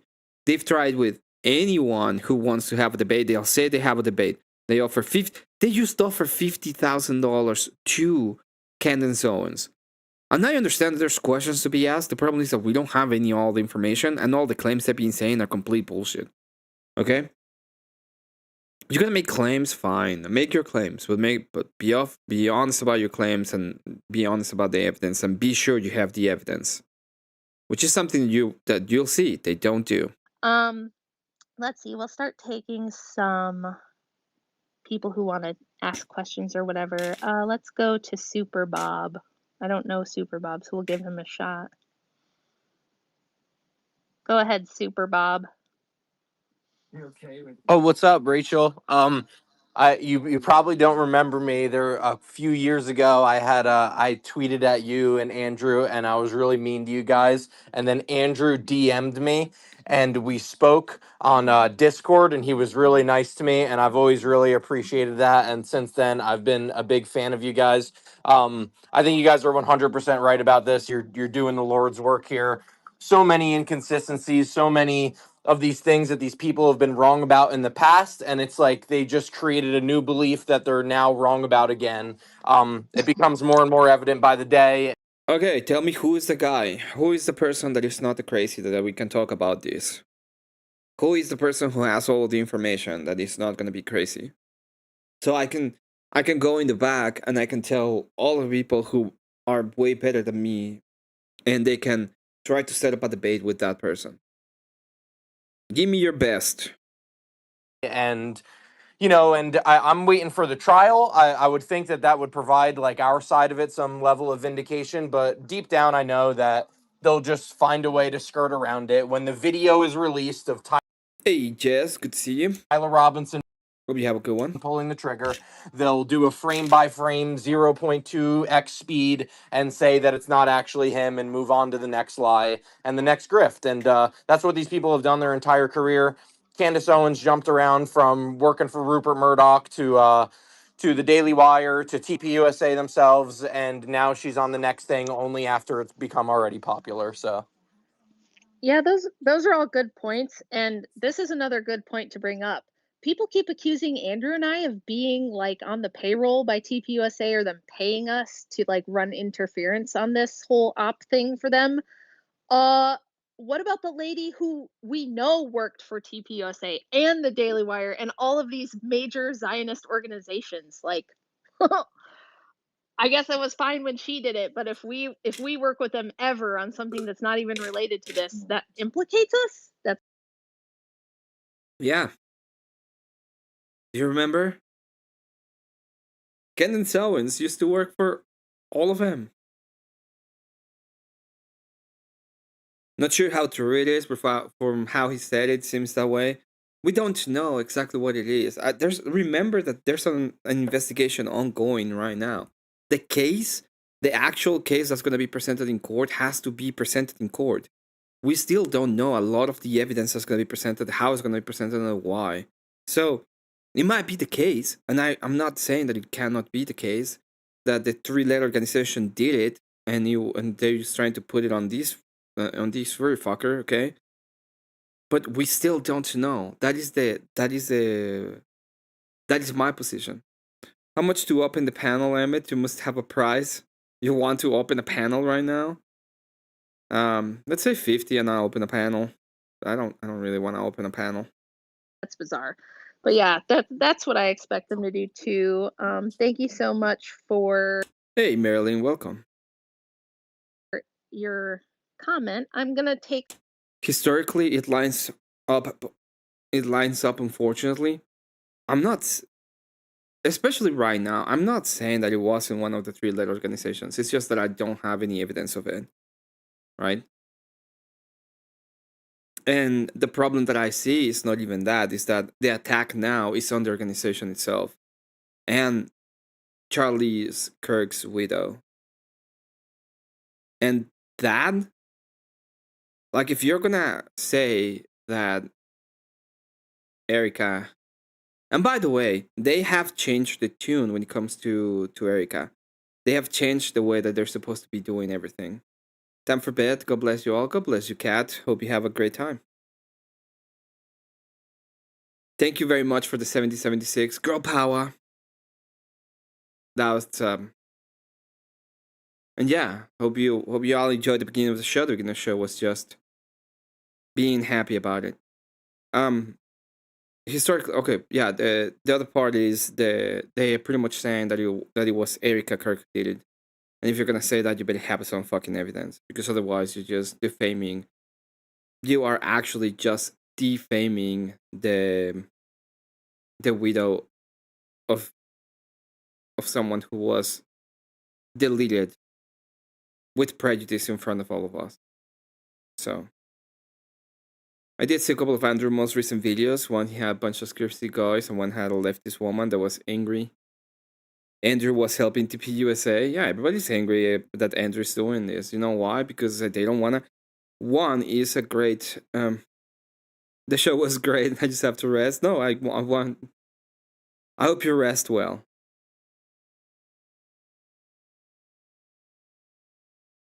Good night, Kind of Bless. I can't join yet. I was just trying to get some money in your pocket. If you're still going to sleep and not send it. We'll see. I don't. It depends on what whatever he wants. But yes, have a good night, Jess. Have a good night, Kat, and thank you so much, Jess. We'll see. But yeah, you better have somebody fucking good evidence if you're gonna go ahead and defame the widow of Charlie. When it comes to that, if you're gonna do that, we're gonna get it. If you really want like me to open the panel, I can open the panel. If we get we get 50 exactly, I'll open the panel, which will be 560 at the end of the day. We are 550, so it's very easy to look at it. Okay. Let me go ahead and check real quick. I have it here. Okay, we can continue. Some of the haters too, for sure. But let's see. What qualifies as evidence? Anything that you have that will actually implicate her as being part of some kind of conspiracy. It can be conversations. It can be, actual known witnesses. It can be any kind of communication with the shooter. It can be any kind of communication with any FBI, any three-letter organization. It can be anything that actually showcases that there is such thing as a conspiracy between them. The problem with what Joe Kent has done is that he runs his mouth and a bunch of people latch onto it, but the investigation is still happening, and we also have no idea if what he has to say merit. We don't even know what the fuck he like. I hope what he has to say is interesting, and once the investigation is put forth, he can comment on it, and we can see where he thinks. But it can be the case that they're telling him to shut the fuck up because he doesn't have the correct information, and it's putting the investigation at risk in some cases. So, okay, so that is what we want to know. That's what I think is and that's what I think is evidence. Is if I tell anybody that I'm going to delete my family, and then my family is deleted, and some person says, "Hey, here are the messages of him saying that he is going to delete the family," that's evidence, right? If you're just gonna be like, "Well, it's kind of weird that she was wearing black," okay, and the next day she was wearing a beautiful white dress. I'm just asking questions. That's fucking stupid. Nobody cares. Holy Handmaid. Holy Handmaid, go ahead. Yeah, I just wanted to hop on here because I did send it to you, Rachel. I think the other day when Andrew was arguing with these retards on here. I think it was Trillian who had told Andrew that that there's no proof of Tyler Robinson surrendering or turning himself in, which is also when the Discord message was sent to. And I sent you a copy of the state's evidence for a list for the preliminary hearing. And number 15 that's on there is the Washington County Sheriff's Office surveillance footage. So it's definitely going to it's going to be shown, but they basically just keep repeating it because of a news agency, I believe, that asked or requested the footage and then said that their response was they didn't have it anymore. And so now they basically just keep repeating information, even though it's been debunked numerous times. They're not interested in truth or the evidence whatsoever. They just don't want to hear it. Yeah, I understand the skepticism. It's fine. We don't have all the evidence. We haven't seen the trial yet. We don't know exactly what is happening when it comes to the documentation. But I'm not going to be saying... I'm way more skeptical of people with zero evidence defaming the widow of Charlie. It's actually a horrible thing to do. If she's... And I think she is innocent, okay? Erica's parents were friends with the most prolific Satanist, Michael Aquino. Your grandparent was a... Okay?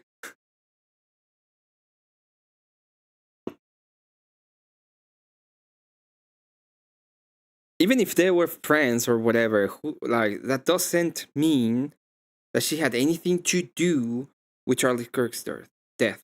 Okay? That's my point. At all. Yeah. Thanks for that. I'm gonna go back and look at that.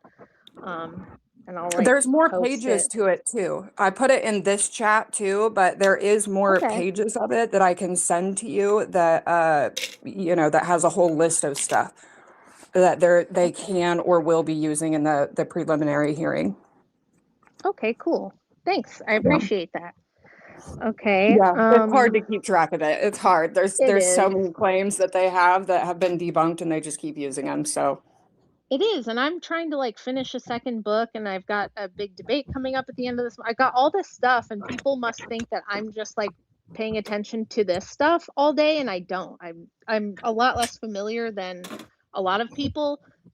All I need to do, though, is listen to the supposed evidence of the people who are telling me they're certain they know what's going on. And I'm like, it's the most retarded shit I've ever heard.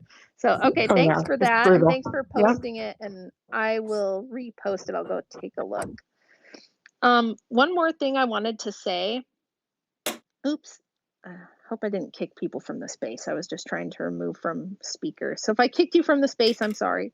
The other thing I wanted to say is, I am not saying, nor have you ever heard me say, and this is the dumbest shit, this is what assholes do to sow division and confusion. It's oh, if you don't believe my conspiracy theory, that means you fully believe, without question, the Fed slop narrative, right? This is the other favorite thing of them to say. Mm-hmm. I didn't say I believed any narrative. I don't all I know right now is that Tyler Robinson was arrested and charged, and there seems to be quite a lot of evidence that he is responsible for this in some way, shape, or form. Which is what I'm saying, pretty much. If you are actually be skeptical of these people who have no evidence too. Which is fine to be yeah, I understand. I understand the fact that that there's been a lot of bullshit done by the three-letter organization. I think, for example, there's a way more likely that the first deletion attempt on Trump was orchestrated specifically by the CIA. Damn. Okay, I think that is way more likely, especially because of the person who did it and the ties of that person to other organizations, than the Robinson thing. I just feel like there was so much motive to do it. I think that this has been the greatest amount of boost towards the Republican Party that they could have ever done, and I don't think it was the target they wanted. I think the target they wanted was Trump, and I think that is what they actually wanted.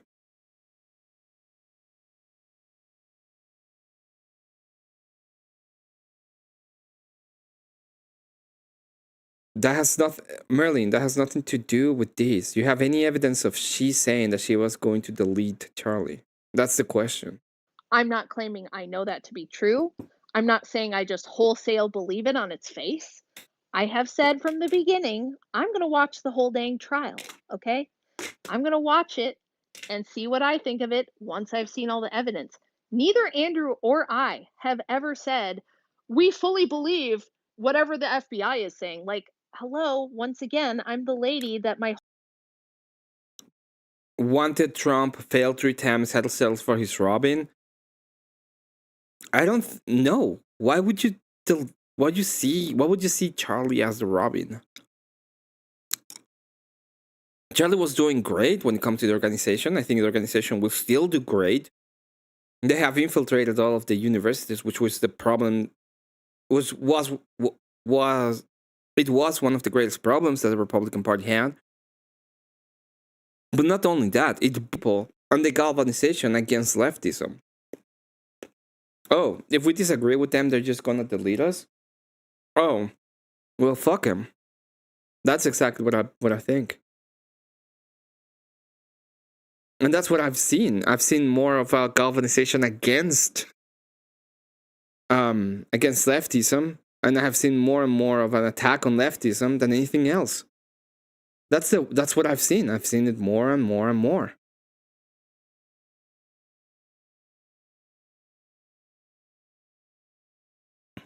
whole book is about how the CIA astroturfed like all of the social justice movements in this country and socially engineered American society for its own purposes. Okay, like if you're looking for a 3-letter agency truster and enjoyer over here, it would not be me. I definitely would question CIA or FBI narratives, Fed slop narratives, right? I just don't have enough information. I'm going to wait for the trial. I don't know enough to say, oh, I know Tyler did or didn't do it, or I know that someone else was involved, or I know that it was TPUSA and Erica in the kitchen with the candlestick. I don't know. I'm waiting. So all of you idiots who are going, Rachel's a paid Zionist shill who believes the Fed slop narrative and is being paid to regurgitate it. No, I'm not. I've never done that. And you're just lying. Oh, hey, Myron. I see Myron in. He's awesome. Let's see. Let's go to Uncle Tom. He's a dedicated hater. Let's see what Uncle Tom has to say here. A dedicated hater. Go ahead, Uncle Tom. Hey, how's everybody? Yeah, good to see you on here. I'm really happy that you were doing housework today. First and foremost. Doing housework every day. Almost every time someone tells me to get off Twitter and get back in the kitchen, I'm like, bro, I'm tweeting while I'm waiting to flip the bacon, dude. Like, I'm in the kitchen. Oh, okay. I guess you can eat bacon. Are you just doing that to get the Muslims mad at you? Well, I don't eat the bacon because I'm still, I've been like cutting weight for the last like forever. And I still have a few more pounds to go. So I'm not eating it, but Andrew loves his bacon. So he gets bacon with his breakfast every day. Fair. Yeah, well, you guys know I've been supporting you guys for a while. I don't, Have hopefully, you though? yeah. Hopefully you can see that. If not, I mean, Andrew knows, so I don't know if you would know or not. As you said, you're not on here a lot, so not sure. Okay. But Tried to turn to Israel and so he can alone support them right before his assassination. America turns to be super pro-Israel. Have you seen what Charlie did? Charlie was just complaining about them being annoying when it came to donations. He never changed any of his political stances.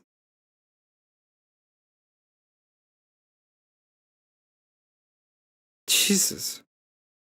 But I don't know. I think so. A lot of what you said, though, I'm glad Andrew is here because he's probably going to need to jump on here because a lot of what you said is pretty flawed. And I don't think you can defend it, especially against me. You're going to have a really difficult time, but you can Okay, try. go for it. Go for it. Well, so Let there's a me couple. have it. Well, you just said that, yeah, I'm gonna wait for everything and all that. So if Tyler is acquitted, right? So now Mhm. you're gonna start your investigation now, 10, 9, 10 months later. No, Like wait. that would be Here's that would be here's the silly. difference. here's the difference. I'm not going to investigate shit, okay? Sure, right. I I'm know not an that. investigator. Like somebody like Myron, who's in the space right now, who has a law enforcement background, has Yeah, who more doesn't believe that Tyler did it, but keep going. right, and maybe he has good reasons for that. But I also know that Myron doesn't just recklessly put bullshit out into the sphere that he can't back up. Fair. He doesn't No, do that, which is I don't agree with why I like him. recklessness. Yeah, I like Yeah, Meyer too. but I I've don't agree heard with you recklessness, but of assert course I've you and heard I you aren't the assert arbiter of that. garbage. You and I aren't the arbiter. No, I'm not but I'm okay. not some kind of internet investigator who's going to crack the code and figure out who did it. Okay, that's not Yeah. what I do. So Well, I can move I'm to like that. Let's talk I'm about a cracking the historian, code. so And I'm not trying to talk over you, but I have a list here. And so let's talk about okay. cracking the code. We'll segue to that because you did make mention of, yeah, you're tuning in for secret information when talking about Candace or Baron and all that. Well, actually, information has come out, pictures behind Charlie. He didn't say that 100%. He said there were things that he didn't like about the Israelis. He was talking about not supporting those things. Okay, Marlene. Jesus. The SUV that was auctioned, the Carfax on the SUV, the condition of it, what was inside of it. Like Charlie was in there, like a fragment, a bullet fragment could have come out potentially. And that's a crime scene. You need Okay, all of those. Well, hold on. let me Why stop are you you right gonna there though. interrupt? No, Well, because why? I'll Okay. tell you why. Because this space is not let's run the evidence, No, no, no, okay? no, no, no. I don't want I'm to not run going to the sit here and evidence. go You're through not the evidence. qualified to run or look at the evidence. So you haven't. Admitted you're Neither doing are housework. you. I didn't say I was. I'm saying, but you definitely don't know what's going on. You're doing housework. Remember, you said you're not on X, really. So But I'm what just, I'm saying, but I'm no, just, just but what I'll did, let okay, you what keep I going said in a there, did second, it but I make have sense to though? okay, What dude, did it? don't make me mute you. Don't make me mute you. So here's the thing is for you to say, isn't this is just an example of what you do. You go, isn't this weird? I don't know if Beaten Cheeks muted you. I didn't mute No, no, you. I muted. I'm because I was Okay, talking over okay. you. I didn't want to do that. Go ahead. For you to you don't even if the Carfax came out, even if it's weird, even if you're like, shouldn't they have done this? Shouldn't they have done that? Okay, you don't know why they did it. You don't have access to that. You don't have access to know. Like I've heard people say all this kind of shit, like, oh, the autopsy should have been done this way, the timeline should have gone like that, they should have brought him here first. How could they just take him and there was no ambulance and they just drove him there? That's weird. They should have done chest compressions first. Why wasn't this done? Why did they do it in this order? It's like that's the stuff that you and I don't have access to. We don't have access to the information that would tell us potentially why that was done. So we're just speculating about it. You can speculate, but what you need to do is make clear that what you're doing is speculating and that all you have is speculation. You don't know that that the SUV was still needed or that they hadn't already gone through it, that they didn't already have forensics turn it inside out. Like And by the way, let's say that it was done directly by the Israel or whatever. Does that mean that it was done by Erica? Is Erica the one that did it then?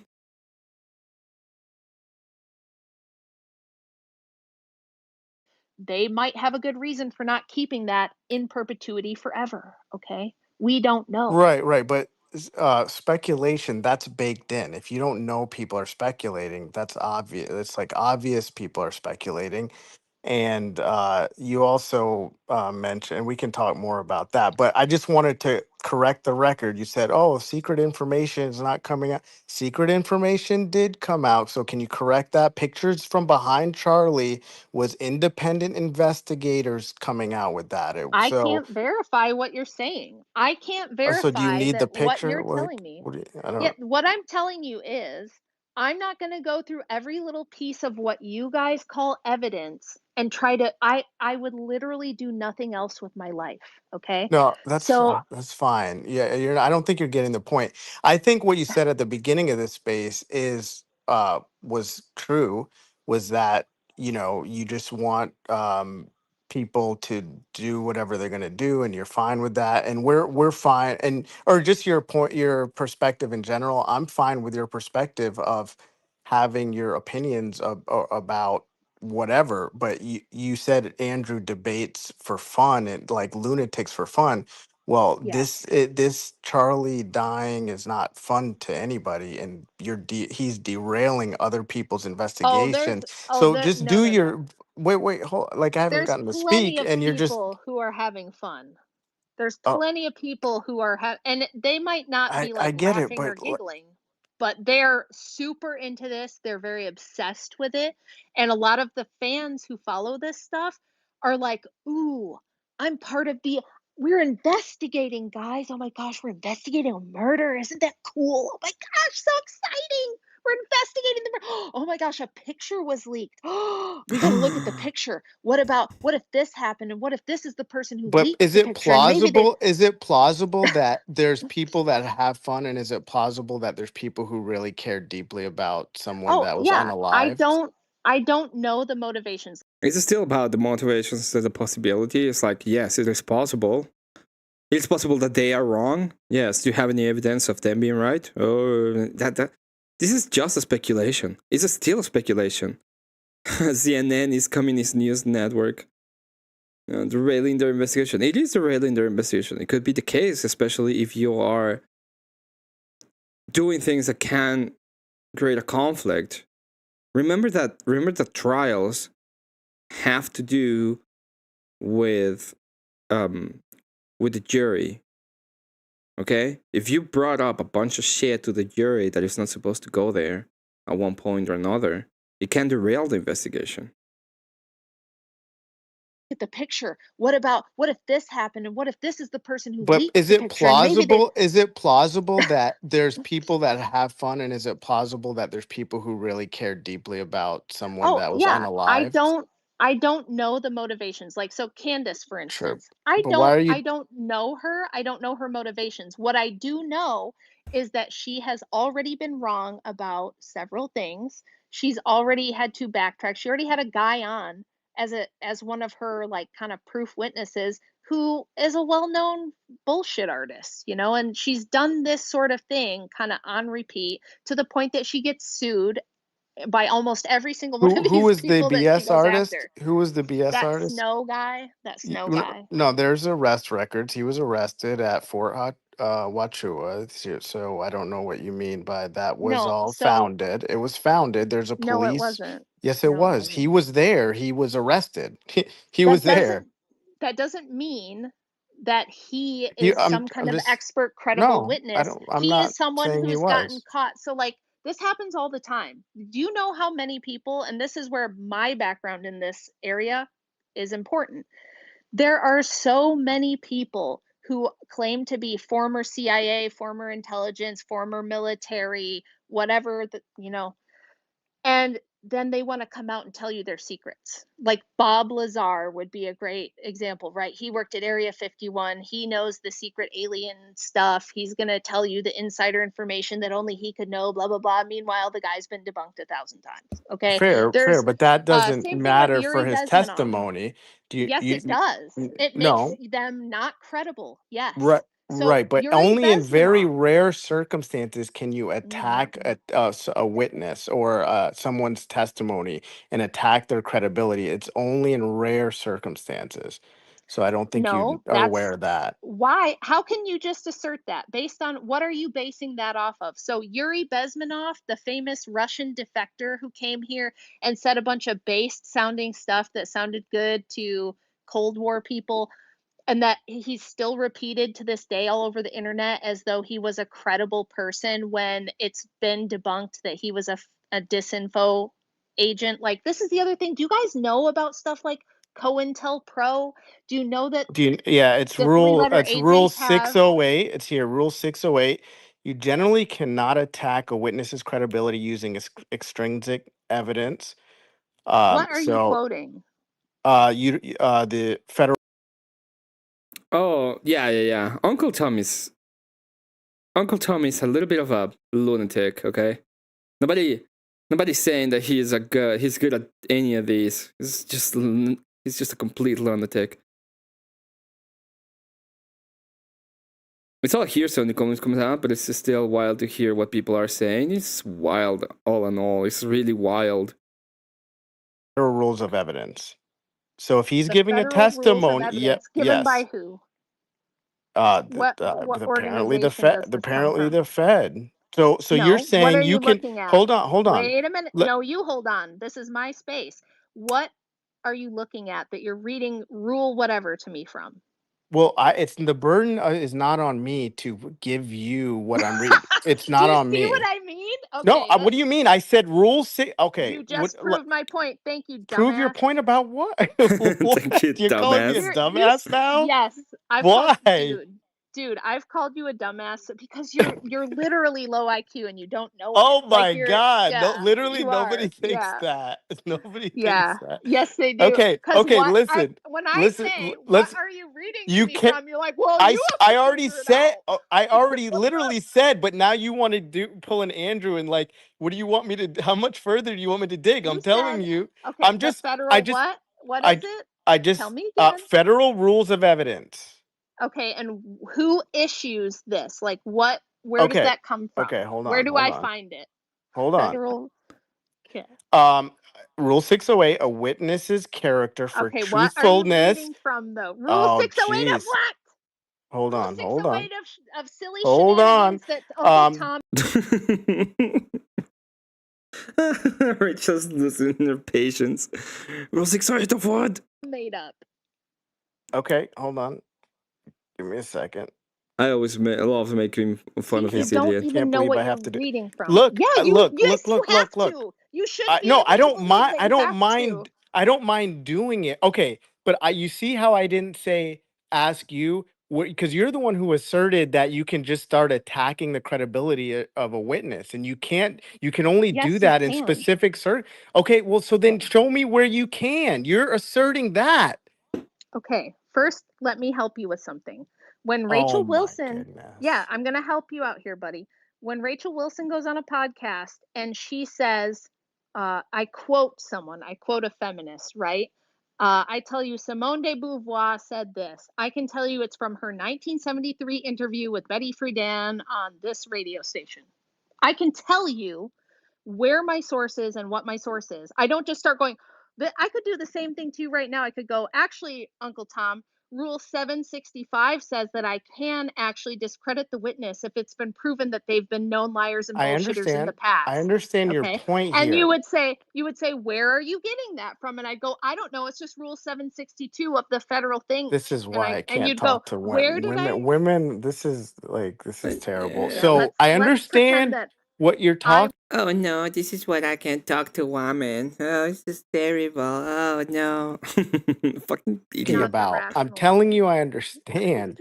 What I'm saying is, when I'm coming into an open discourse about and having a conversation about this, I didn't know. Had no foreknowledge you were just going to bring up, hey, and assert. You can just start attacking Candace's witness testimony, even though it's a witness she brought on and she tried to vet the best she can. She didn't say, hey, when you guys listen to this guy, everything he says is going to be a fact and you must trust him. She's not doing any of that. No. You're just making a lot of this up.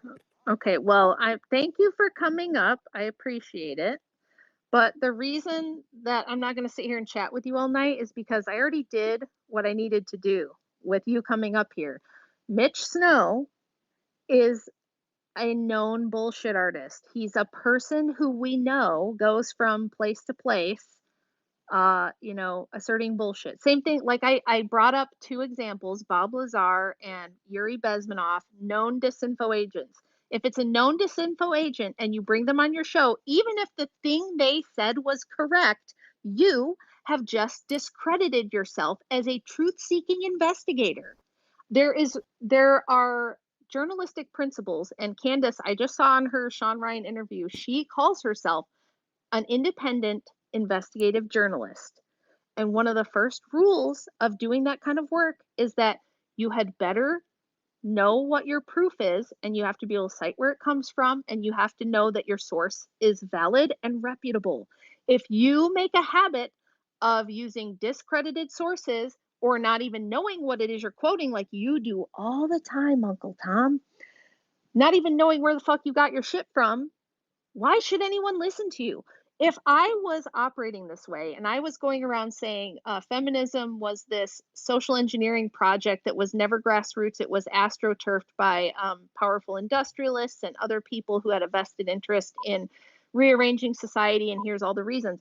If I couldn't tell you where I got that information and you couldn't verify that my sources were accurate, trustworthy, and verifiable, you shouldn't listen to me.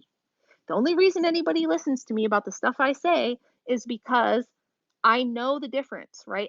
A lot of these people, Uncle Tom included, and most of these streamers who are crackpot, half-ass streamers who are running with these conspiracy theories, they cannot discern between valid sources and invalid sources. They don't know a primary source versus a secondary source. They don't know the difference between proof and evidence. They don't. Follow what is independent by fiber. He be open to updates and non-threat speculation as evidence. Only when to attack that logic change the criteria for what counts as evidence, which is what we see happening. Yeah, right. Right now we don't even have all of the information. We cannot even pretend to be able to verify till the case is presented. That's what we ought to do. Don't know the difference between speculation and facts. For a lot of people who don't know how to properly think and categorize things, it all goes together. And Uncle Tom is one of the worst offenders of this. And this is why I'm sorry if I come off mean, but I'm always telling him, dude, you're just low IQ. You don't know what the fuck you're talking about. You don't understand categories of knowledge. You have no idea what you're talking about, in short. But he just demonstrated it for you guys. He starts going, oh, actually, Rule 608 says that blah, blah, blah, blah. And I go, wait, Rule 608 of what? He goes, the federal code. And I go, okay, where are you getting that from? Like, what agency publishes this? Who uses it? Why is it a standard we should listen to? Well, I don't know. Why do I have to tell you all that? I didn't know I was going to have to say all that. And it's like, well, of course you do. You should expect that you should have to say all that. And this is my point. My point is, you shouldn't listen to people like Uncle Tom because he has no idea what the fuck he's talking about. Okay, let's see. Who else do we have? Who else has been waiting for a minute? Josie's been waiting. All right. So why am I been showing you this? Well, we're gonna move a little bit away from this and more into something I realized not long ago. You see, Marte decides to tell us that grade is completely up at this point. It's compromise. He's tagged easy personal. Think about it. Is he defending me? Oh, I'm so evil because I didn't defend him or whatever. Okay. Now, when we're talking about this guy, Uncle Tom, which, by the way, Uncle Tom is the first person to come into the defense of Marte. Uncle Tom is a producer of none other than Glenn Lawrence. And Glenn Lawrence is doing GridCon 2 with Gibbs, Grade. If we're gonna do this kind of stupidity, we're gonna do it right. So, I guess Marte is compromised at this point. Uncle Tom has decided to go against the Wilsons. Oh, he must be absolutely compromised. The compromising, as people would say. Oh boy. Who would have seen this coming? Now, this is going to be a little bit of hearsay, and I wish I had the... Oh, well, I have the live, we could probably watch it. There was a moment when none other than Uncle Tom was saying how bad faith Andrew Wilson was. I guess Marte Reales is in a little bit of a compromised position himself. He's a little bit of a compromised. I wonder what his defense is gonna be now. Oh God, it's so mean. He's drawing at straws. I think we listen specifically at how compromised he himself is. It's fucking retarded. That's what it is. I may have my problems with a lot of people on the space. Okay? And I do have problems with some people on the space. I think what Grid did this week was retarded. He put everybody in a worse position. There's people who are going to go after him. There's a lot of things are going in the background that he may not know about. Okay? When I do things on my own, I do things on my own because I know I don't want to deal with bullshit. Oh, you don't listen. It gets better. This was a full-on meltdown because I called him a bitch, which he is. He kicked me from his server too, which I find funny. I'm gonna go ahead and do this again because I find it so hilariously stupid that he deserves a recall. I'll always have our sides back, even if any person attack, even if AVG and Emmet have a duty to protect even them, if I am to win them over to our side fully again against leftists. What the fuck, he thinks I'm with leftists? Have anybody ever heard me talk about fucking leftists?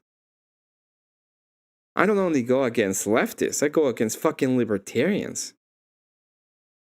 In this ideological war, people like Dusty don't care about improving society, only their selfish means, and to do everything we fight for. I appreciate your fight and consistency to truth. Emmett is young, he's gotta learn to learn. Fuck him. He missed the point. Judas had Jesus' backs a ton, but failed to protect him personally once. Nope. Nope. I don't know if you know what exactly happened between Jesus and Judas. Okay. That's not what happened, bruh. Andrew also says all it takes to buy it back him once. I have kind of the same belief system. Oh, okay. What you saw was Emmett emotional, especially when he left, calling me retards the fuckers. It's probably you and your demons, because I only called you a bitch, especially at the end.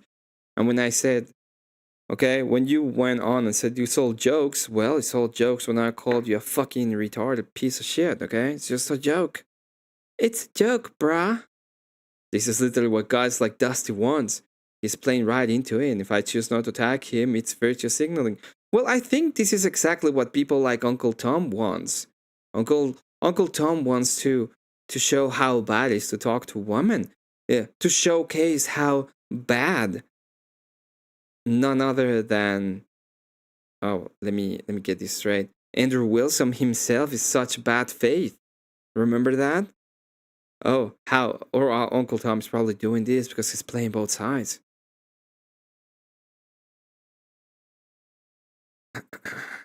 This is literally what guys like Dusty wants. He's playing right into it. And if I chose not to attack him, it's virtue signaling. No, I called you virtue signaling at the fact that you are supposed to be so... Oh. The thing that I call virtue signaling is me saying, oh, shut the fuck up, and you saying, I'm not cussing. Okay? That's different.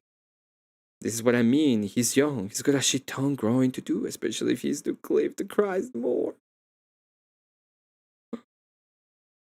And then he goes on to say, Grid is a complete op at this point. Compromise. I would say that Uncle Tom is complete op at this point. He's compromised. He's attacked Easy personally. He's attacked Andrew Wilson personally. Think about it. Andrew defended me for the same personal shit Dusty did on X. But has Marte defended Andrew against Uncle Tom's attacks? Easy defended me when OG did the same personally. When Emmett's time came, he failed that test. I didn't. I defended him multiple times.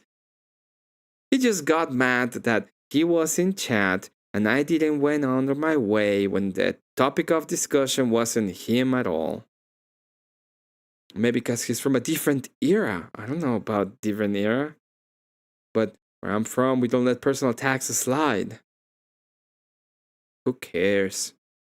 Emmett isn't built like us. Oof. I just distance myself because it's a liability to my channel. Anyone hanging with them, people who want to dox me, attack my family too long is a liability. I want to dox him? The fuck cares? I don't care. to dox you. I just think you're stupid and wrong in some of your arguments. And when you go after me personally, I'm gonna defend me. That's exactly what happened the last time. He went on and said, oh, fucking stupid. I will also tell you that I don't attack even my own enemies personally, except you did. There is a bunch of you went in the back rooms and told a ton of people.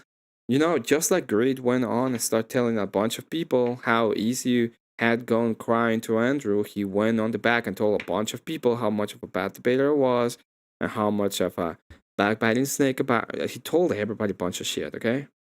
On the back.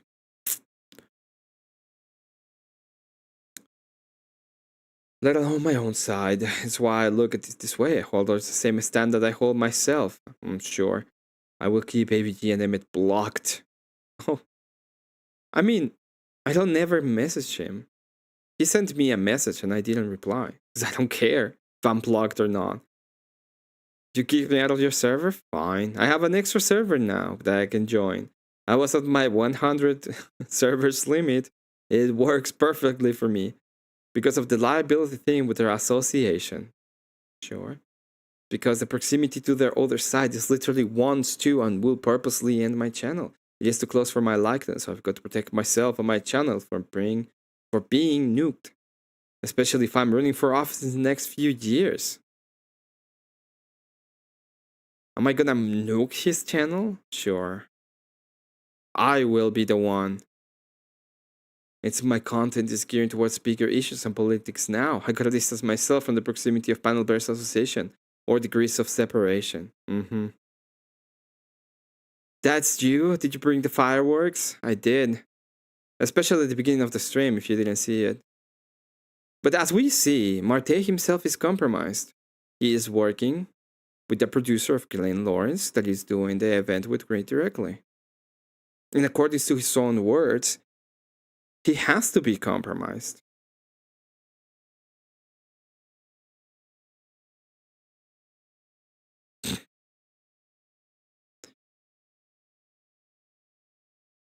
He has to be compromised.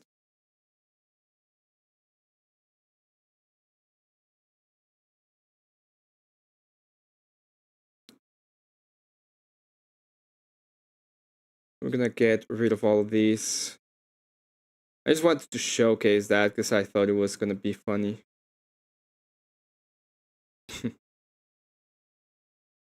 Really dumb.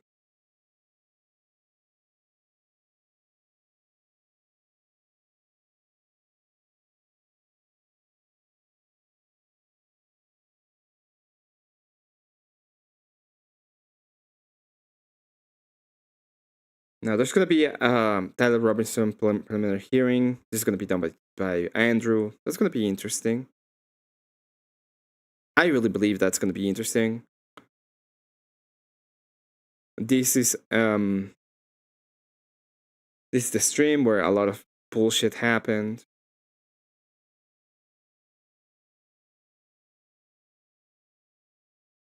I don't know. I think if you're very busy and you have a lot of shit to do and you want to do a lot of stuff, you really need to get to the point.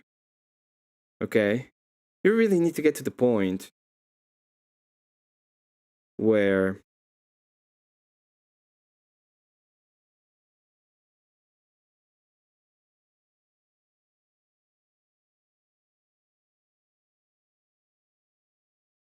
you can just shut the fuck up, okay? Focus on the things that you are supposed to be doing instead of going into like 20 hours of streams, especially after kind of building a bridge and building up on other people fucking reputation. It just really sucks.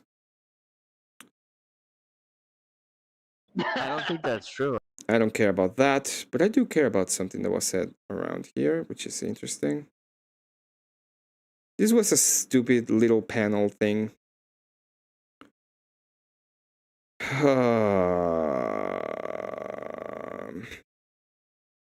I wanna talk about it a little bit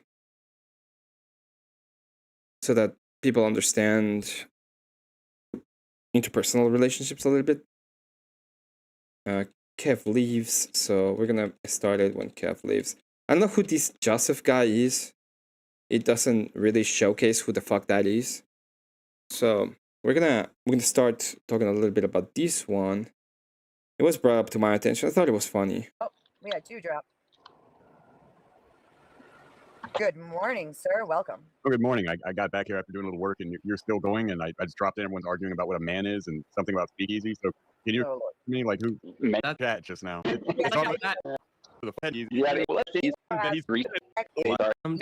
said, "Don't throw me under the bus." What is this? Okay, can I respond, Emperor? Like, geez, some decorum would be pleasant in this, social environment that we currently find ourselves in. All right. Am I friends with Speakeasy? No. Do I value our business relationship? Do I like going on his show for debates? Absolutely. Do I have anything bad to say about him? Not at this moment. And even if I did, considering our business relationship, I don't think I'd be talking about it on an opposition panel. So my position on him remains this: we are not friends. He is a valued business affiliate, as are other individuals. And I like going on his show. I like going on Verbal Combat, and I like debating on his Swords of Reason thing. That's. And that is exactly what we do in these places. This is a business in the sense that I am here. I try to make money. I try to bring things that I think are interesting. I try to grift you out of your hard-earned cash. Trying to be like, maybe he'll throw a 5 there if I talk about these. Maybe I'll do these. They find it interesting. Maybe more people will come. Maybe we'll see more people that are coming that are interesting, that they want to be around. Maybe we'll find a way. The relationship there. Okay, well, I'm going to pass judgment that you probably shouldn't give a fuck about, but I have to ask a question before I do that. Is it a lucrative business relationship? Because obviously I would put up with a lot more shit if it was lucrative, right? Lucrative in what sense? Financially? I've gotten subscribers from his show, and I've definitely gotten donations while I go on Verbal Combat and Restream. So yes, it's financially beneficial for me to continue a business relationship with the man. Okay. Yeah. So you're willing to take a little shit because it's profitable. Like you would have to take from. She didn't say that. You see how they just made the whole thing about it? But what are they talking about these relationships on the internet? I do like a lot of you. I'm not gonna lie. I think Scott is an incredibly good guy. He's a cool dude. Okay. I think Blood is like a really cool dude too. I haven't talked to him much, but what I talked about when we were on panel together, it was really cool to hear him. He actually was one of the people that brought some pushback. Elf Lion's kind of my friend in the sense that I have actually spent time with him outside of this kind of panel. I've talked to him a little bit more. Kat is someone that I will consider to be like kind of a friend too. There is like there's like a lot of people on the space that I think are interesting, that I will do things for them, and I will try to help out. But when it comes to taking shit from people, Well, I also don't have any reason to like I don't give a fuck about his his past or anything like that. I don't know enough about to speak on it. I don't want to, right? What happens when it comes to being like super friends, like, oh, I would, we're like super friends. It's like I don't know a lot of you. I know I will try to treat you the best way I can possibly can. Doesn't mean like we are close together in that sense. And if you're a person in panels, we are like business coworkers. Not like we are like a business affiliate. That's the perfect word. If you go on and do something I don't like, that might actually affect me. So you better be thinking that we are business associates, and what you do will either be a detriment to my business, in which case I will say distance from you, or will be a positive tool for my business, which will be me going in favor towards you. In a person's individual life, just like I would treat a colleague or a boss, I don't really care. If it's that egregious, sure, but I mean, like, I don't care to get into those nitty-gritty details. I don't think it's my place to do so. I like to keep myself in a business relationship with the guy. I don't think he's bad. He's never treated me horribly. So that's what I kind of go on. I think it's fair to say that we all think he's fucking disgusting, but Paige, we understand why you have to keep a certain amount of decorum, right? Why would they have this idea that he's disgusting? I don't think all of the things that they've said about him has either been misunderstood, kind of lies, or just whatever at the end. Like, oh, he was a degenerate.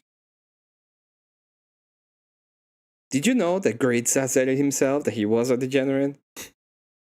You know Gibbs? Have you heard about Gibbs?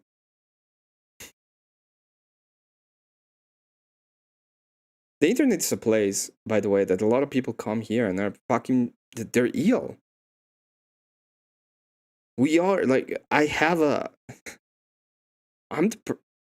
I started coming to the internet because I am depressed. And I had no way to, the only way I could talk to people was online.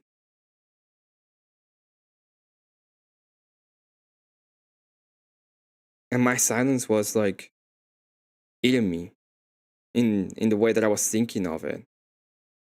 So I needed a place to scream at people. That's why I started coming to the internet. It's almost like people sell out their own beliefs and people and shit. It's kind of crazy. Yeah. Yeah, Orthodox guy, I'll give you a fucking high five there. I mean, if his they think that they're selling their beliefs. What do they even mean about that? It's like, what is the sellout of the belief? shtick is he will lie to his audience's face, and his audience is stupid enough to believe it. Most people don't even know what they believe in. And that's profitable, then great. That's just like working with a heel wrestler, I guess. It's not that. He's just a child. He's like a child raising a child. It's a fucking messy, no, because there's no such thing as mess, dude. Because there's no such thing as trans children. So how could Speakeasy be? So you see, is they're the fucking same bullshit. It's just bullshit. And the point of me, the kind of reviewing that, is just to talk about interpersonal relationships on the internet. Yes, there are people that I really like when it comes to the internet. I fucking love them. I've been on the internet for a long time. Some of my greatest relationships ever happened because of the internet. Okay? I don't think the internet is like this incredible place that is completely separated from reality. It's not like hell on earth. It's not horrible. It's just a way to have some different kind of interpersonal relationship. I work on the internet. I really like the internet. Really like it. But at the same time,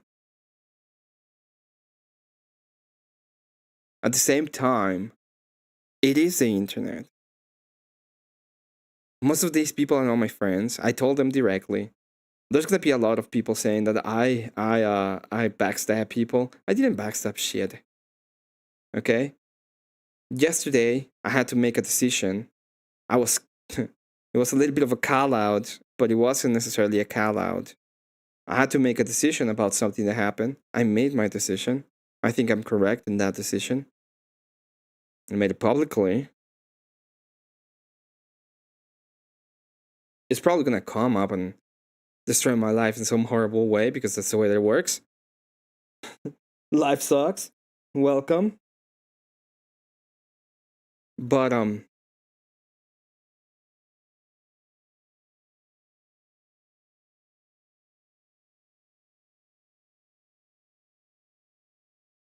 it is the internet. The internet is a good place to be in. You know, you have to associate with people, and you're gonna have associations, and maybe these people will come up to be part of them in real life. And if that happens, it's gonna be, you know, I might be going to DebateCon. If I go and I meet all these people, it's gonna be amazing. And if I don't, I don't. It's fine. And even when I meet them, they're not gonna be like my friends that I'm gonna spend all this time with and I'm gonna have like life with. Gosh. I hate the internet. And I love it at the same time. But I hate, it's not because the internet's bad. I hate other stuff on the internet. That's the best way to put it. Probably the only way to put it. Be a child. Okay. This is just fishing in a swamp. You're just swamp fishing right now. You got that was for you, Michael. That was for you, buddy. Wow, that's what it is, dude. And he needs to fucking get his shit in order. Yeah, whatever. He's got 10,000 subscribers. He's obviously doing well. I don't know what. I don't know this fucking guy, and I shouldn't really be talking about him because I don't care about him. But I mean, Yeah, it's so just, are you Joseph? Are you I've got Joseph more Romano? subscribers Or than me, is and the first you and I. No, it's not Joseph Romano. I'm gonna move a little bit forward. I think it's just easy to see the fucking transcript.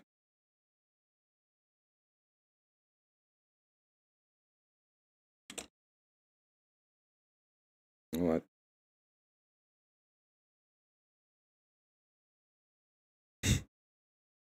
Okay. Oh, what? I don't think that's true. I don't know what happened there. It's fucking weird.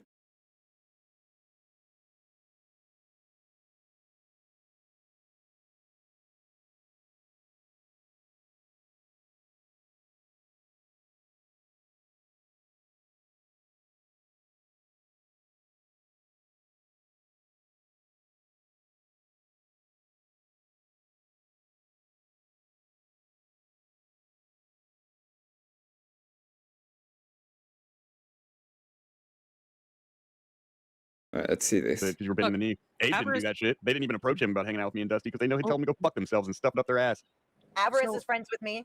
Yeah, Avarice was just joking. As for Speakeasy, I think Speakeasy, to be fair, you know, like I came on there and I kind of, you know, messed with his stream to target Marte for a couple of things, and I think it's fair game. If Speakeasy wants to question me on stuff, he can absolutely do that. I can choose to tell him to fuck off, or I can, you know, listen to the questioning and respond. It didn't really bother me to respond. Some people might see that as me bending the knee or being a doormat, and that's fine. But I feel like I'm a public figure and everything's kind of open for questioning when I put myself in a situation, as I'm doing right now. Fair. Right? You did put yourself in that situation. You're also going to be judged for affiliating with a piece of shit. So, okay.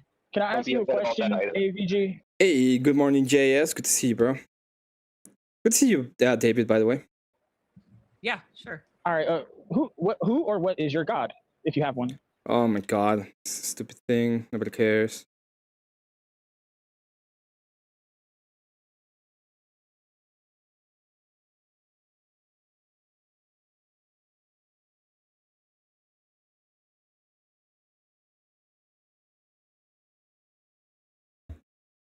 If I get some laugh and some friends out of it, cool. If not, you know, whatever. It's another day, another dollar, man. Then you have douchebags. You have douchebags. Yeah, be careful. We ain't your friends. Dude, she works in the tower of douchebaggery. Leave her alone.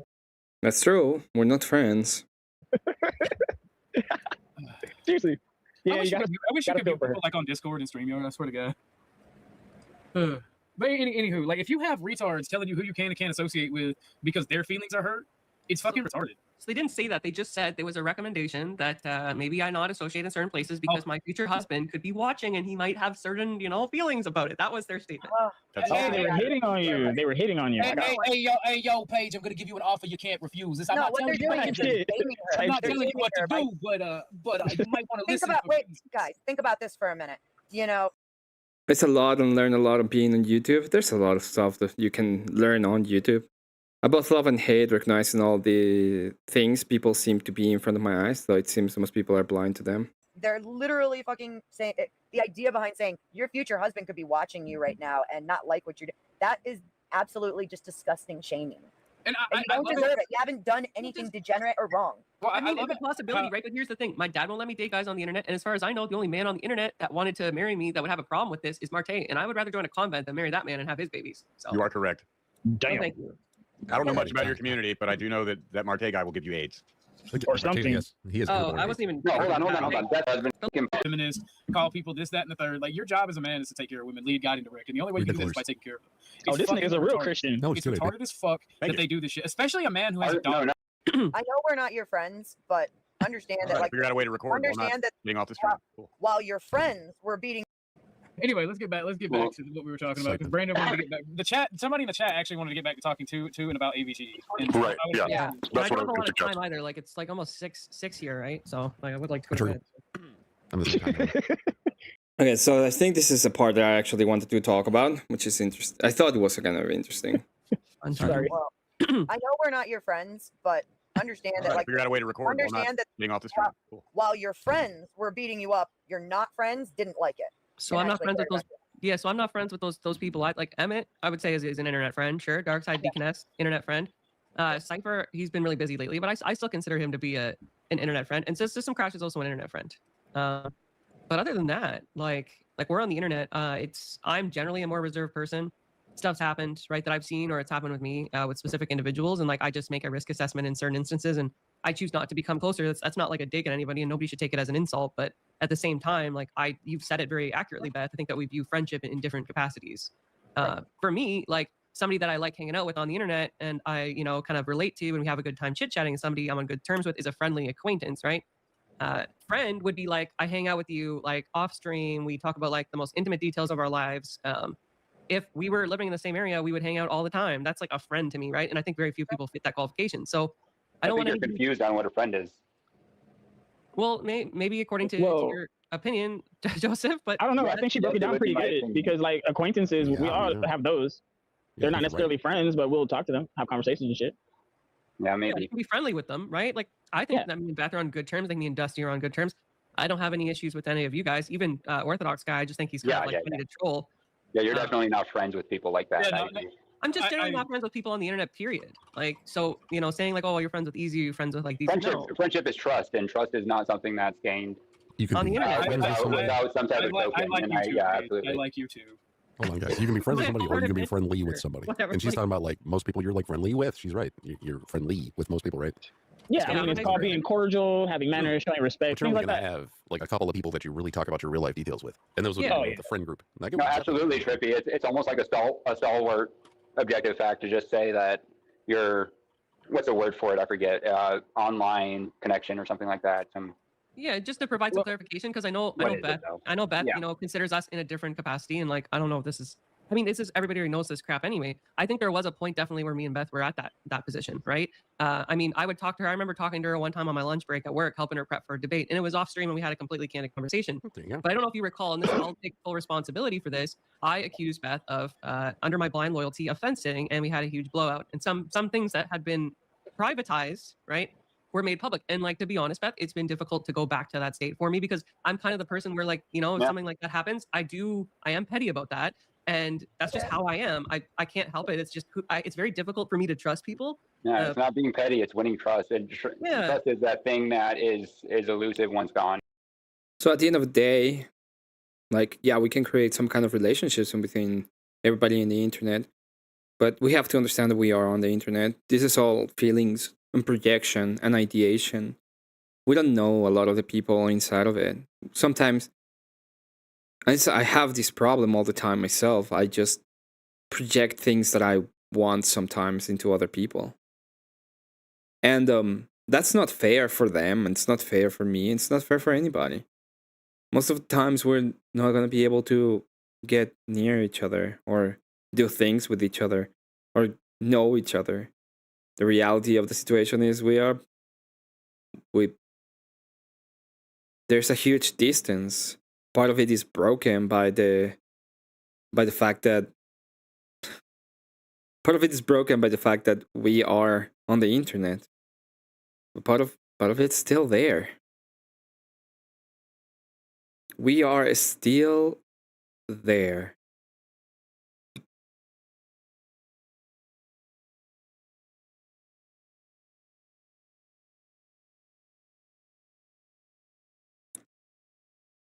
It is just what it is. The internet is the place that we are.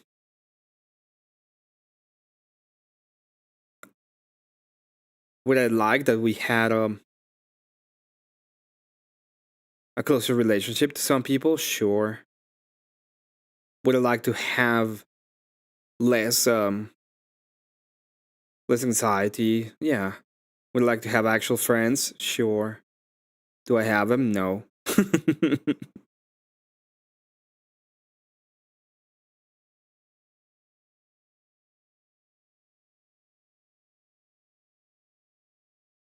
So yeah, just it's good to understand where exactly on the internet we are. I remember telling everybody like I'm not their friends. And I still say it to this day. It's still my position to this day.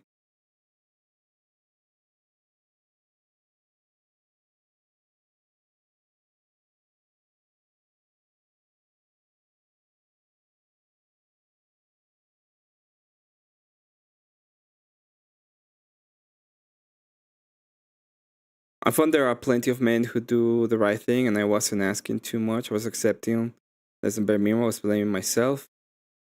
And I got baby trapped. Sometimes I thought only woman did until I experienced it for myself. Couldn't fix it, no matter how much I wanted and how much I tried.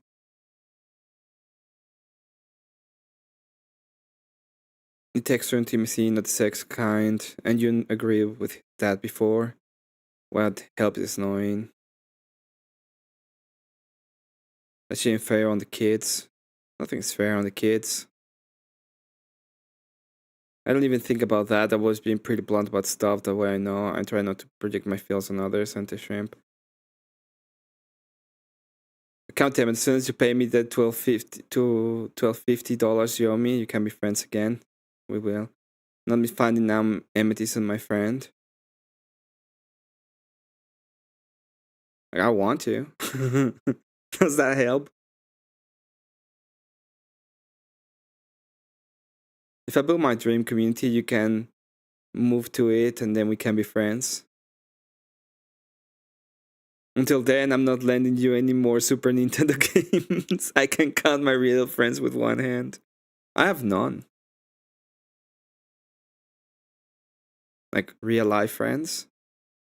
I think I had one.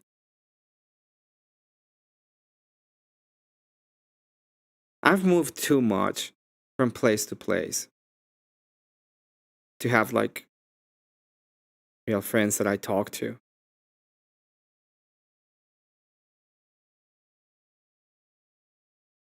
Like, I have,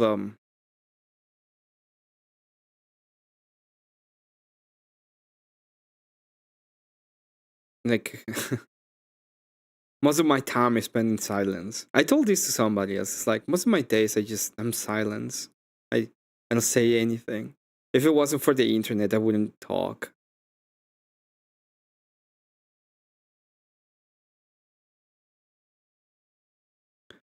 Cat's going to have a vacation house in the community I'm going to make. That would be cool.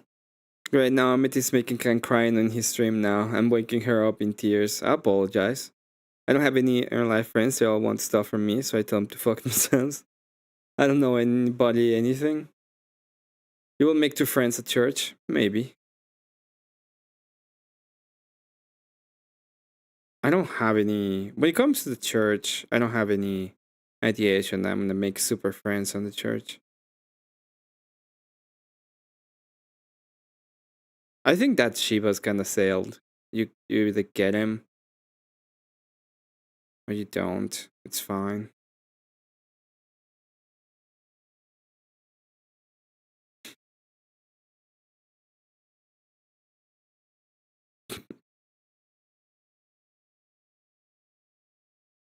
More endless deaths and shit.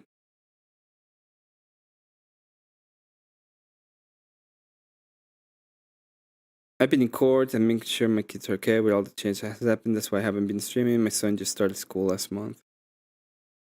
I hope things are okay with you, Jess. I'm sorry that it didn't work out.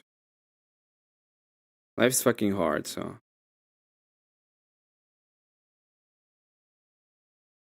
Can I survive Alaskan winter with no sleeping bag, no tent, and no tarp? I don't know if you can. You probably can because that's your channel. And if you had died, you wouldn't have a video. I'll usually only speak on my stream or one of you guys, or church sometimes. Only talk to the sub-deacon when he's around. I mean, just talk more, but I'm not gonna tell you when. It's fine. It doesn't matter.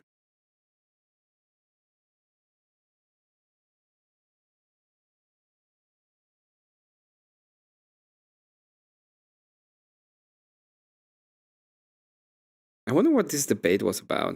The potato. Potato's a cool friend. He's doing good. He's been doing okay. If you don't know him, you should probably subscribe to him. A little bit of a fucking Protestant, though. It's okay. We like a little bit of Protestantism sometimes. I definitely will, Auntie. Hey, you got Cat to move in. That's a good one. Oh, I did see that.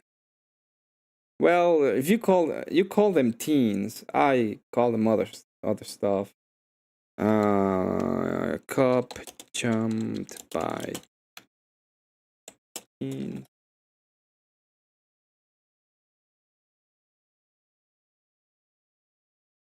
You mean this, right?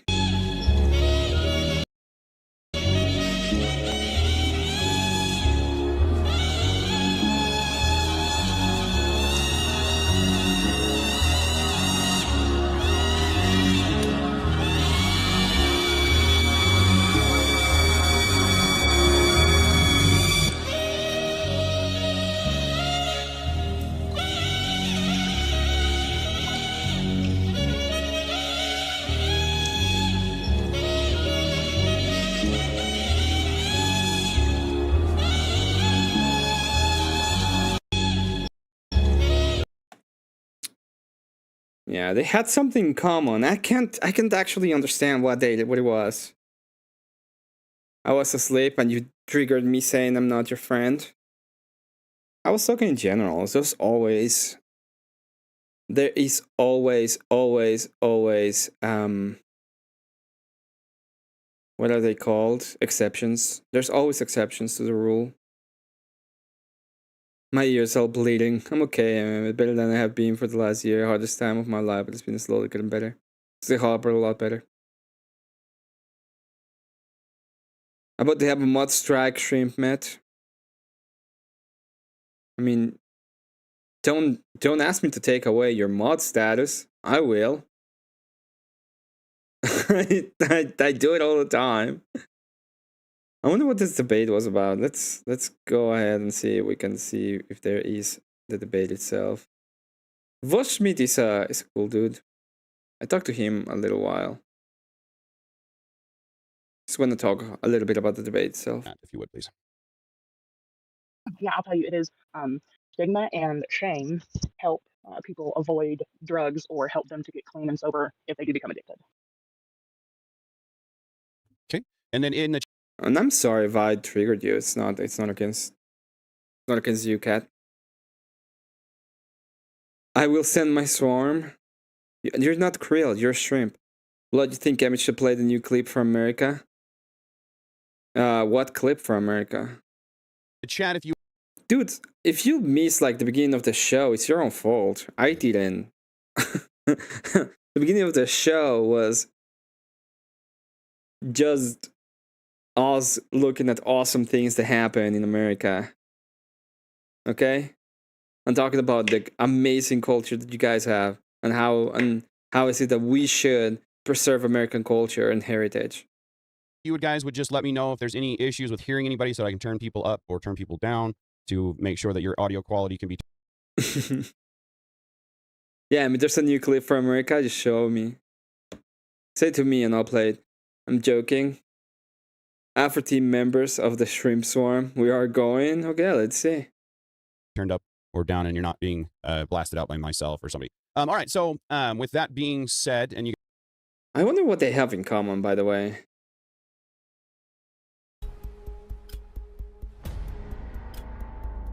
This bitch was right there walking around. Nobody touched her. Why? Oh my god. Alright. Don't care.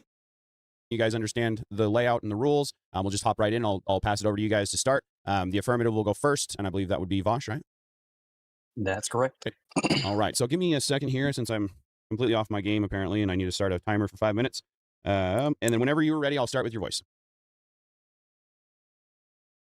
So there's gonna be I think Leah has had a couple of debates at least. I never heard Voshmi debate. He seems like a cool guy, so I think he's gonna do fine.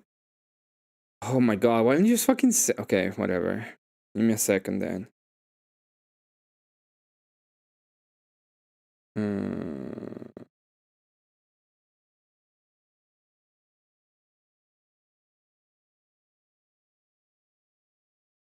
He's gonna do fine. Okay. War. It's a 20 fucking minutes. It's not a clip. Hey, speaking of war, the next song is Napoleonic. Here, let me do like a cool Snagglebee setup. Ladies and gentlemen, we are at war. And as men of war, we must become well acquainted in the arts. What do you mean swarm? There's no swarm. Stop with the shrimp. Stop. Lobsters are better anyway. Of war. So I know I swore off tactics and strategies for the longest, but I do know that now I have to become the Alexander Great of all of this generation. I know that's what you expect of me. Don't just be the greatest artist of this generation. Don't just be the most based person on earth. Also be our Alexander the Great. And so I'm gonna try. I'm gonna start reading. I've been watching an anime about war strategy, and I think it's sinking in. I think I got this. I've been watching an anime about it. Oh, man. I think I can lead us to victory. Yeah, but you guys are putting shrimps, not lobsters. So, lobsters are still better. I mean, I'm pretty tired, but... So if anybody else is like good at StarCraft or whatever, you know, hit me up. I could use some help. All right, next song's Napoleonic.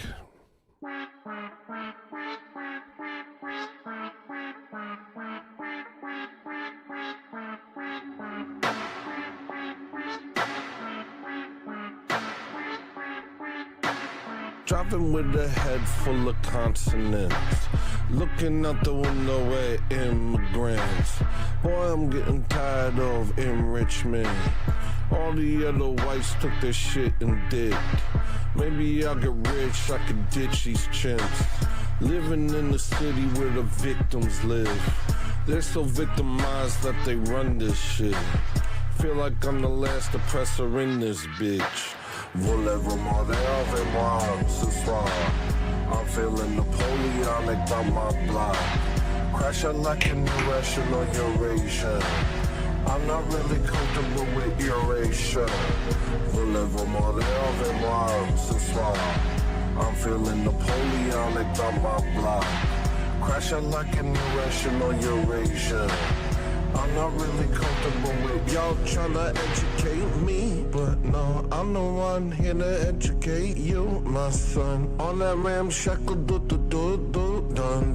We gon' make you remember why you used to run when you saw us coming. Me, oh no, I'm a nice white looking for a nice white life. You are now white obstacle to what I like. I'm not thinking clearly, but I think I'm right. Never wanted any of this.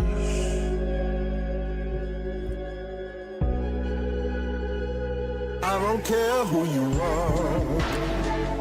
I don't care where you're from. I don't care who you know. I don't care what you've done. I don't want you around. I beat it in StarCraft. I must be qualified.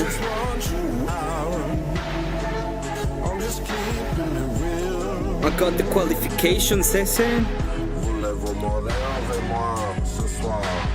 I'm feeling Napoleonic by my block. Crashing like an irrational Eurasia. I'm not really comfortable with erasure. Voulez-vous m'aider avec moi ce soir? I'm feeling Napoleonic by my block. Crashing like an irrational Eurasia.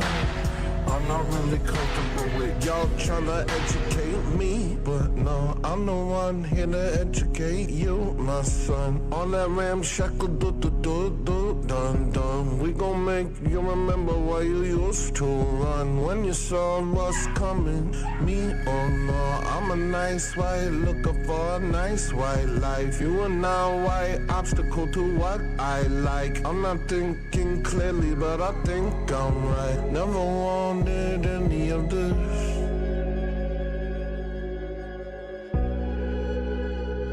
I don't care who you are. I don't care where you're from. I don't care who you know. I don't care what you've done. I don't want you around. I don't care how you feel. I just want you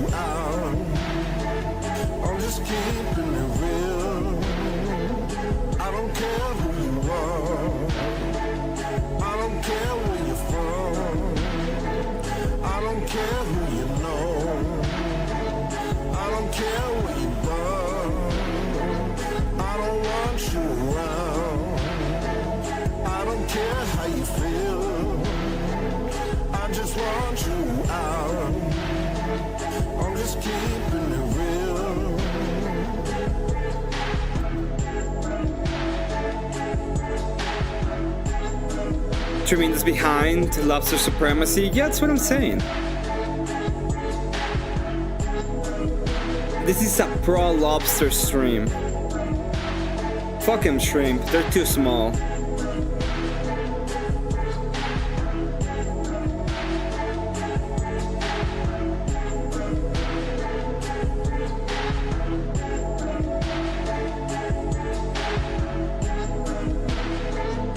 We'll go big or go home.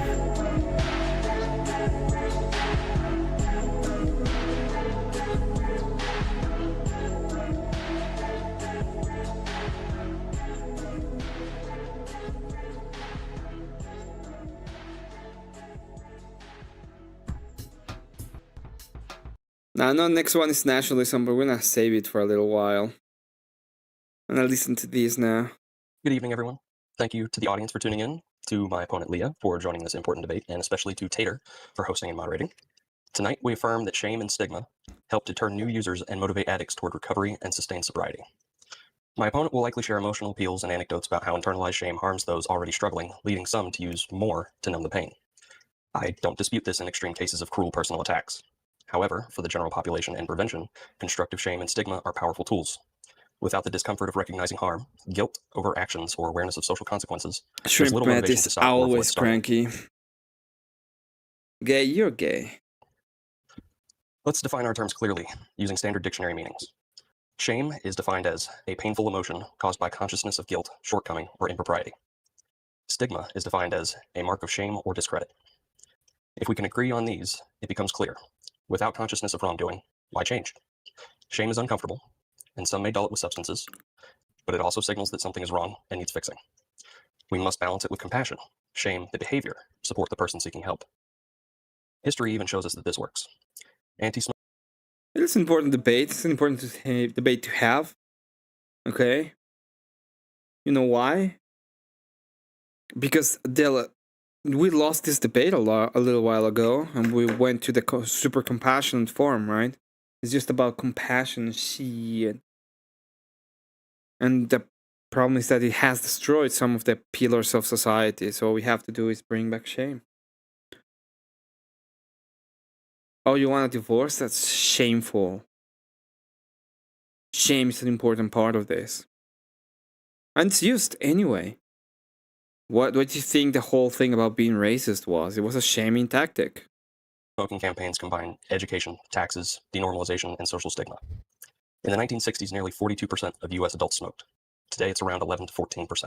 A dramatic success driven partly by making smoking socially unacceptable, while offering society. Oh, I remember. There was another thing I want to cover on the other stream. I will cover that in a moment. It has to do with Agrippa's trilemma. But I will go there later on. Support. You can contrast that with destigmatization experiments. After Oregon's Measure 110 decriminalized small amounts of hard drugs in 2020, one analysis estimated a 23% increase in unintentional overdose deaths in 2021, just 1 year later. Public backlash over visible disorder led to partial recriminalization. This isn't compassion. It enables while fentanyl ravages communities. We cannot coddle addicts into believing their behavior has no consequences. That harms them and society. True help pairs accountability with pathways to recovery.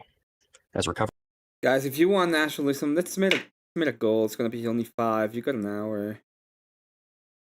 And yeah, $5 are high. If we feel the 5 super chats in 1 hour, we'll play nationalism. We'll finish the clip to play nationalism. Okay? That's dependent upon you. If you want it, you want it. If you don't want it, you don't want it. Resources themselves note, guilt over specific harms can motivate amends and change, unlike paralyzing shame. And with that, I will cede the rest of my time to Leah. Thank you. All right. And Leah, are you ready? As a support, yeah. your If it's streamer. all right, I haven't tried to come out back in. I didn't want to interrupt his opening. If I could video or screen share so that I could show you my visual here, and then I'll come back out and come back in. Yeah, absolutely. That's perfectly fine. Yeah, I think you should have permission to video. And so if you have any issues when you come back in, let me know. And you should be good to screen share whenever you're ready. Oh, maybe I have to give you permission, probably, huh? Let me. I would say that the one that is absolutely winning right now, the debate, is Tater, because he has a great fucking flag on the back. Fucking awesome flag. I was like, oh, the Tater Talks room will work just perfectly fine. Let's see. That's quite all right. Use activity. Try to screen share now. All right, 1 minute. Hopefully I'm not a potato.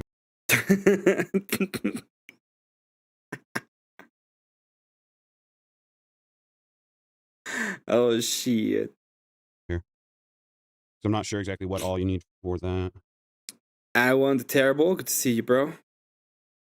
Isn't July shame month because it follows Pride month? No, July is White History Month. It just feels white.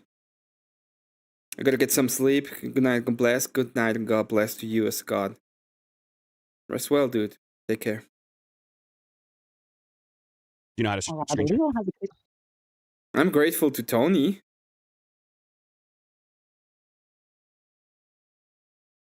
Yes, I do. I'm running low here. Let me plug in here. I am so You're right. Give me 2 seconds. Buck Crawford in the chat, appreciate the engagement. It looks like they're here for you, Leia. Appreciate you being here and the engagement. Appreciate everybody in the chat. Again, if you haven't gone and liked or you subscribed to the debaters, please do so. It is in the description below. And it is Vosh's debut debate. And this is the first debate that I've set up on my channel. We are Every month is White History Month. No, every month is white. But we focus on history on July. doing these as much as we can. Please bear with us. It is our first time.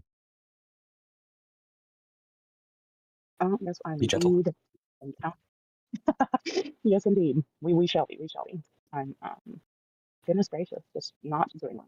You're kind of quiet, Leia. I'm not sure if you're far away from your mic or.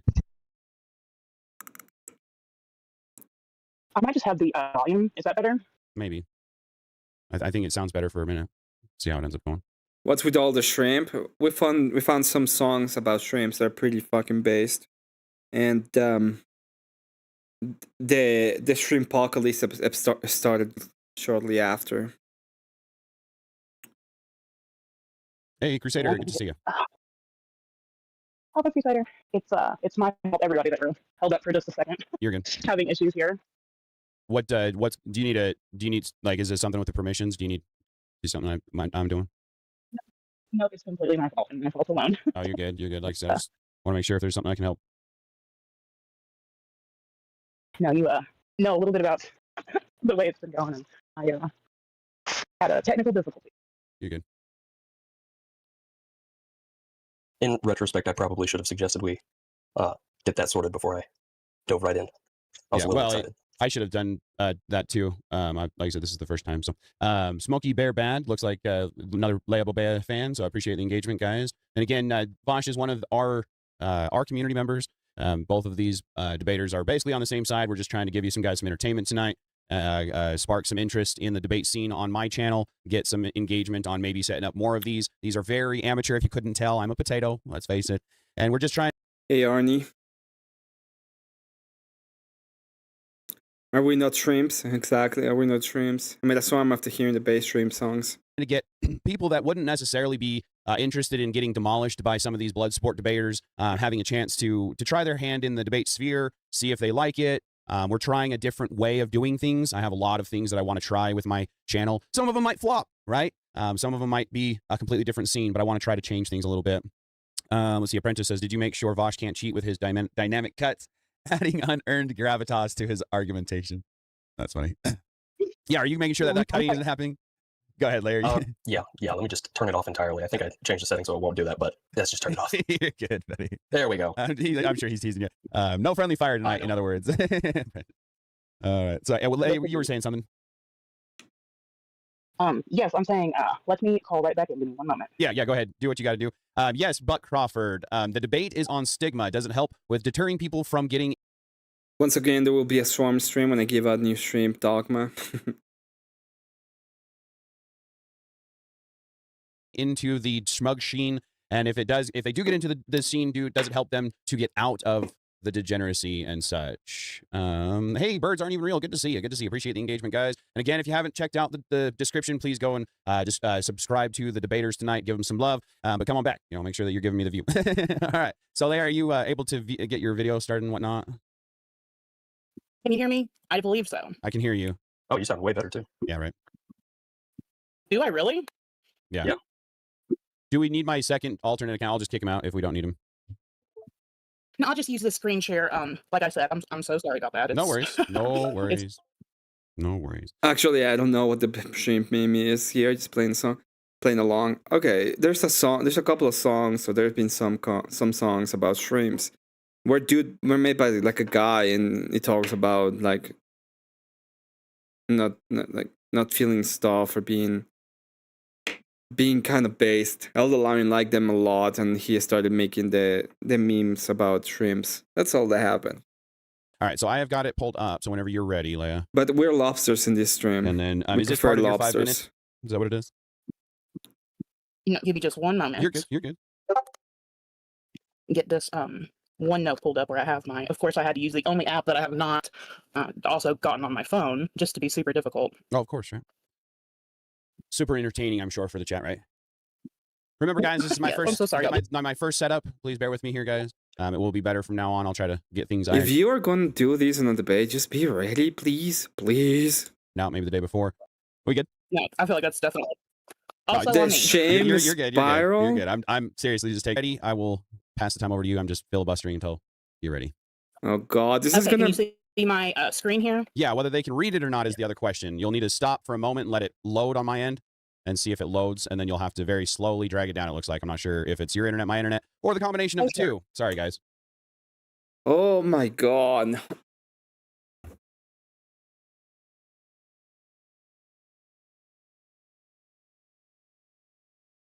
Oh, that's a shitty meme. I'm no longer participating.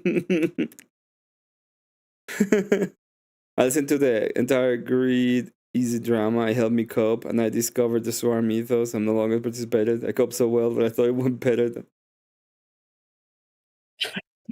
Well, really all I'm wanting to show are the pictures, basically. So I have these as basic notes, so the pictures are really all that matters. That's fair, that's fair. Real quick, hold on for just a second. Birds aren't even real. It says, are we supposed to be seeing the screen? Yes, birds aren't even real if you're not seeing. God, stop reading chat, dude. Just look a little tiny, a tiny bit funky on the stream side. Yeah, no, I get that, but as long as you can see it is the question. Now, if you can zoom in on the picture, Leia, that's probably going to be best. Yep. And Crusader says, typed all that out herself. Okay, thank you. Arnie's not on the third dogs. It's good to know that I'm not boomering it up that badly. Okay, so. Going by this debate, I think shame is winning because I want to shame the fuck out of this shit. Yes, I want to shame this. Oh, yeah, so you should be able to see the picture being zoomed in on the screen, and I will hand the time over to Leia. All right, thank you so much. Yep. So here we have. Is this sorry? Is this part of your 5 minutes, or what are we doing here? Oh yeah. Thank you very much to Lobsters GPT for the $2 super chat. He says, if you're broke boy, you say so. He doesn't say anything, he just sends some lobsters. Yeah, lobster master race. Okay? We're lobsters in this. Okay, then I will start when you're ready. Go ahead. Thank you, and I'm so sorry about that. You're good. Also, I would also like to thank Vosh and, of course, the Tater for hosting us tonight. I'm excited about our debate. I would like to talk to you a little bit about the science.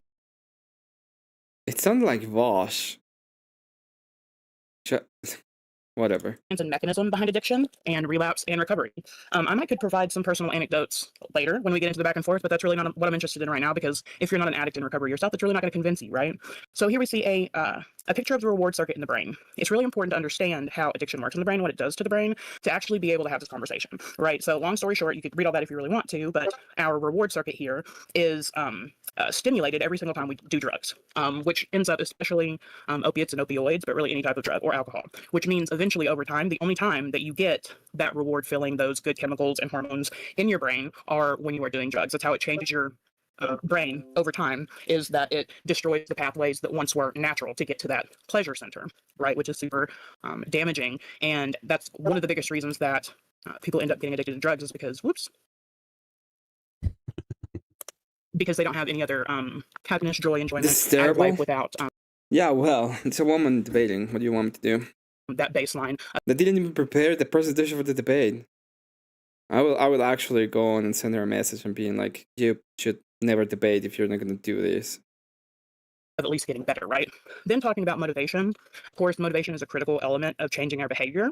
And in 3 different studies that are noted here, the motivation somebody has to actually get and stay clean is going to be the highest indicator of their ability to recover and stay in recovery. Can we go back to the clip? You can go back to whatever you want, bro. And changing these pathways in the brain takes time, right? And you've got to work with a compassionate and caring. So what his argument is, in the past it's worked. It works well for the people who are not addicted and who have no addiction, and they're gonna be doing like, oh, you have to be compassionate towards the people that are already addicted. But that's gonna create a path forward for more people to get addicted, not less. I agree with that argument. The counter argument was pretty much exactly what he said was going to be. It's going to be a bunch of emotional appeals, and right now is an appeal towards to protect the addicts, which at this point is, yeah, I don't care. Advisor or therapist or partner or MAT, doctor, whichever pathway that you would choose to take, that's actually going to listen to you. In the past, we have seen, if we see here, these are some of our statistics. Which you can read if you'd like here. We know that there are millions of Americans that suffer from substance use disorders, and we also know that in the past, we used shame and stigma as a model already. See, this isn't something that would be a novel change. That would be something. And it worked. There was a lot of blessed people being addicted. Something new for us, and this is actually how people dealt with addiction for many, many years. If you take, for example, the Harrison Narcotics Act of 1914, afterward it was illegal for physicians to treat people with drug addiction. They just stopped treating them, and then later on, they put them into asylums and inebriate homes, right? By the 1920s, a compassionate treatment of opioid addiction was available in medical clinics. Then, of course, there were the spreading of pamphlets saying, even in the 1950s, that drunkenness was indeed, quote-unquote drunkenness, was only a moral failing, and that basically people did not have the will to get and stay clean. So we have all of these models of addiction and treatment that have not worked. We also must understand addictive behavior itself is a survival strategy. It's not a choice. After you become addicted, it is no longer a choice as simple as putting the drug down. And we also must understand, well, I don't like the saying, the devil says to bring America, and we moved on, okay? Listen, stop.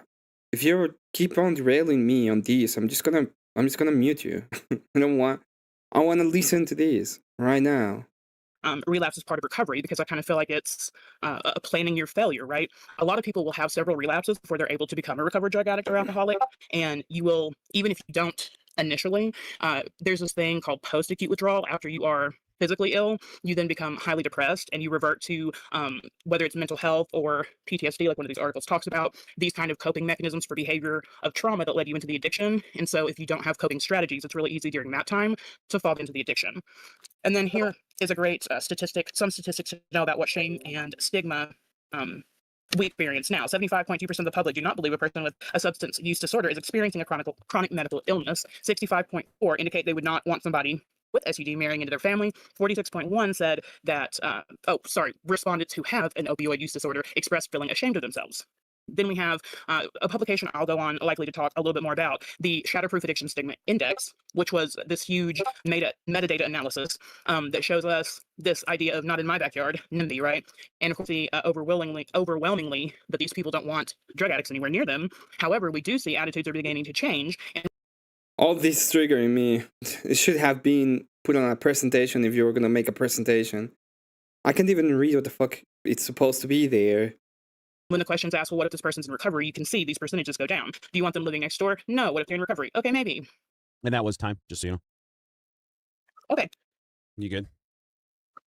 Yeah, no, that's, I'll get into a little bit more of this back and forth. That's okay. So I'll give you a my guy's time was chance. only about 3 minutes if she wants to take 2 more minutes to wrap it up. And that's fine too. I was just about to say, if you guys want to, like, we have 5 minutes to clarify back and forth, right? So if you guys want to take that time to just kind of flush out everything that you've got left, and then you guys can work out what you. I don't even know what it's supposed to be like. Oh, they feel ashamed, and that's the reason why they're still. What is the logical entitlement there? How it comes to that? Like, wouldn't it be better if they don't feel any shame? Is that Leia? Yes, that's Leia. I mean, I know you guys are pretty easygoing with each other, so you can finish off with what you have, and then we can go from there. Okay, sure, that works for me. I definitely 2 minutes would be more than fair. I'll be very happy with that. Thank you, boss. Actually, as a matter of fact, we have found already through data and through case analysis that stigma actually if I can English, perpetuates addiction. This belief of addiction being a moral failing begins this cycle of addiction where you feel ashamed and you feel as if you're never going to get clean, and then you use again. It's just this spiral, right? So no, that's not the case. They just don't want to fucking stop doing it. They literally just don't want to stop doing it. I don't mean that in a bad way. It's just shame has nothing to do with their intentions of whether or not they want to. We see these public attitudes have a great impact on people. Here we have again people that were polled. How likely is it a person with? If you need go through data, it's fine, but then you have to create a presentation where you can find all the data. This is not a grade, okay? STD situation caused by his own bad character. It's half and half. And a lack of moral strength is the cause of STD. Once again, about half and half. I think it's pretty sad. Nobody cares about the moral strength. It has nothing to do with it. Not in the same sense that it's being used. It's like, oh, you feel that you failed your moral. Yeah, doesn't matter. 26 people believe it's really as simple as, well, they're just a bad person or they're not strong enough to quit. That's wild to me. And it doesn't matter because it's not about that. The point of the stigma is saying that it's a bad action that should never be done, and if you do it, you're failing, and it's a bad thing. Okay, and that's the point of what you're supposed to say to people. It's not about, oh, well, it's fine if you do it, because at the end of the day, that encourages more people to do it. It's like the same thing, oh, well, people are still going to be doing drugs, and we're just going to be making legal, and then it's going to be better for everybody. It's like, no, there's more people consuming. There's less people acting the way that they ought to do. It's removing the stigma. It's creating a problem in more communities. It is a problem. We see that these attitudes are working against evidence-based effective interventions and preventing these people in getting a long-term recovery. And then, of course, there's medications, which we can also get into. These are here the 5 stages of relapse, basically, and you see the cycle. You are thinking about it, really thinking about it. You're planning to do it, you're doing it, and then we go back into maintenance or sobriety. Processes for engaging do differ across cultures, but listening lies at the heart of nearly all of them. Good listening crosses cultures as well. It stretches the imagination to think of people who don't appreciate being welcomed, heard, understood, affirmed, and recognized as autonomous human beings. In our experience, these are universally valued. Miller and Rolnick, who did that study from before. And this is just a physical representation of this shame spiral, right? When we are humiliated or stigmatized, it starts with, oh, I feel guilty, and oh man, I can't do anything right, and well, they're going to be mad at me anyway if I get high. Well, here's, mom, she's mad at me because I'm high. Well, now I just want to get high, and now I'm going to get high, and it's a whole cycle over and over again. Yep. Yeah, that's pretty much all I had for the opening. Thank you. It's a extremely bad idea when it comes to the point. It really pisses me off. Let's go forward. Let's see when they're actually going back and forth. Hey, no, they're not shaming me. They don't hate me. They hate what I'm doing. But I think it can be easy for the person who is trying to explain to somebody, hey, what you're doing here is not good for you. You really need to stop. I think it can be very... One of the big problems that I have with studies, especially when it comes to studies in some of the... Especially when it comes to studies from the liberal side, that they create all these really awful ideas, right? It's like, oh well, if we do XYZ, we do these little things, it's gonna be great. And it's not.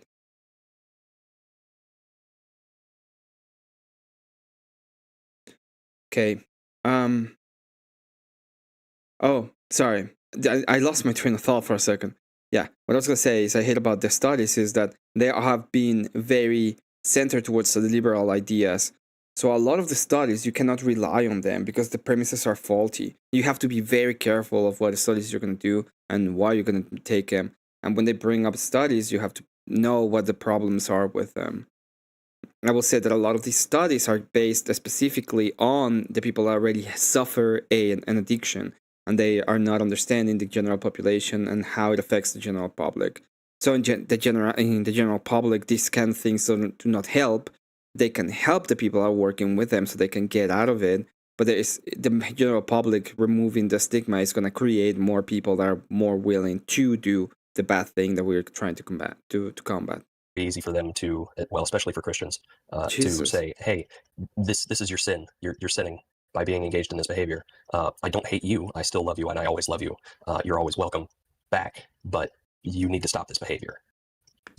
And I don't think it can be separated in like a necessity, in a necessity scale. Like you said, you think 80% compassion, 20% stigma. I really strongly believe it's a 50-50 split. And I kind of think we're pretty much in agreement like we anticipated before. We just disagree on degrees. Right. Yeah, I really disliked the really disliked the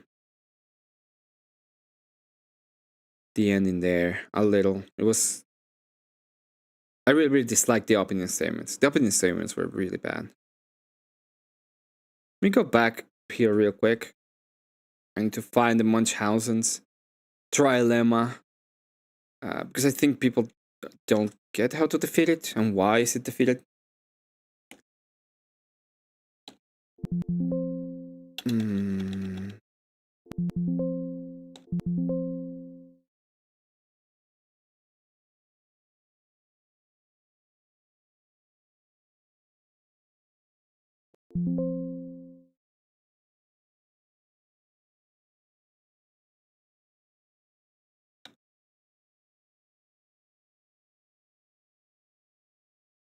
All right, here. The irony. Paige, do you think that when he was having that debate with Not So Erudite, and she brought up the trilemma, Munchausen trilemma? Agrippa's trilemma. Like, how do you view that? Because I think he was being openly dishonest. Right. So Agrippa's trilemma is the thing about whether or not it will fall into three categories or three problems with the argumentation in and of itself. One is dogmatism, the other one is infinite regress, and the third one is circular reasoning. Those three things are a fallacious form of argumentation, and Agrippa's trilemma came up as a way to counteract foundationalism. So if you think about foundationalism, the foundations of the arguments are going to be either one of those things. Now, inside foundationalism, what foundationalists did, as foundationalist philosophers did, was pretty much stated that inside the foundationalist proposition, whether it be a dogmatism, infinite regress, or circular reasoning, the axiomatic propositions can have those kind of reasoning behind them, and it will still be acceptable in the worldview itself, because the worldview itself has the capacity to have the understanding of the foundation of such things. But it's a problem with foundationalism, right? What Andrew Wilson did was give an explanation of those things. It's like, okay, you're a dogma. You can come to me and say, hey, you're a dogmatist, but you're also a dogmatist, so we're in the same plane. It doesn't matter at the end of the day. When it comes to Christianity and the way that Christianity has dealt with these problems is very simple. What they said is something a little different. Instead of saying, instead of thinking of foundation, instead of thinking of these as a problems with the philosophy, we're saying yes. In the grand end of things, it all circulates around God. So, it's because of the nature of God, kind of. But it's not a problem with our system because we are not foundationalists. We don't believe that there has to be a set of foundational propositions that have to be within themselves correct so that everything works. We have a different kind of system in which the being of God has the capacity to, even if it's circular, give the ordinances and give the foundation to the whole worldview. So it is it's not a fallacy in and of themselves. It's just a proposition that has no merit depending on what kind of worldview are you going to be using it against. And if you're going to be using it against me, and you have the same problem, then it doesn't even really matter, because at the end of the day, it becomes whatever you want, but your wants are my, and my wants are different, and I can do whatever the hell I want, right? It doesn't matter, because I'm doing a critique on your system, and you're pretty much accepting that your system is false. In the way that it attacks and works. But I want to talk about it real quick because I thought it was interesting. Good night, Elder. Well, Agrippa's trilemma is an actual like fallacy. Are you familiar with it? Yeah, I'm very well. Yeah, Munchausen's trilemma. I'm very familiar. You're calling it a fallacy? Yeah, because it is kind of the way that it becomes a fallacious the way it becomes a fallacious kind of argument is when you bring it up as part of your argument to, to say, hey, your foundationalist idea is wrong, and then when I ask about your foundationalist idea, you're also wrong. So you're also arguing from a false premise. And the argument in and of itself will come to become a false premise at one point, because you're pretty much saying that you're going to end up in one of those three. And when I ask you about, the Munchausen trilemma itself, it will fall off into one of those three, right? So there's nothing about the trilemma that it's truly true in the way. And when you take the foundationalist approach, in which you're saying, hey, these foundation axioms are true in and of themselves, you're already accepting the fact that there are certain things that you are, having a foundation upon, but they don't fall into Agrippa's because the whole worldview is dependent upon them. So even they agree with the way the Christians have come to defeat that trilemma, and has been defeated for, I don't know, 800 years, maybe more at this point. It's like any kind of attempt to clarify it is going to lead to like three equally shit. Yeah, ciao. Hey, Beth, check back chat real quick. Is going to lead to a shitty outcome, either circular reasoning and infinite regress or an arbitrary assertion. So is he wrong? I guess, yeah, it's also the Munchausen trilemma, but like I refer to it as yeah, it's the same thing, right? But I don't think he's wrong to call that out. I think it's like you're supposed to be calling out fallacies in a debate. So, you're calling it a fallacy. I just don't understand why you think it's a fallacy. Because it ends up in a fallacy statement, right? It's like, fine, you can come up with this, but I'm not I'm the way that I'm looking at it is I'm not a foundationalist. And then if I ask you about foundationalism, you're going to be like, well, what kind are you? And it's just like, well, I'm not a foundationalist, or I am a foundationalist, I'm just a dogmatic. At that point, it's like, okay, so you're accepting dogmatism.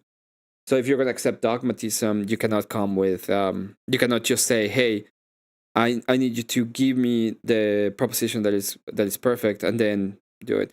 And by the way, there are ways in Christianity that you can take the Munchausen's trilemma, and it doesn't matter, because at the end of the day, we're not foundationalists, we're Christians. The foundation doesn't come from a proposition, it comes from a being. So. Right, because it's infinite regress, right? Like there's no potential satisfying outcome.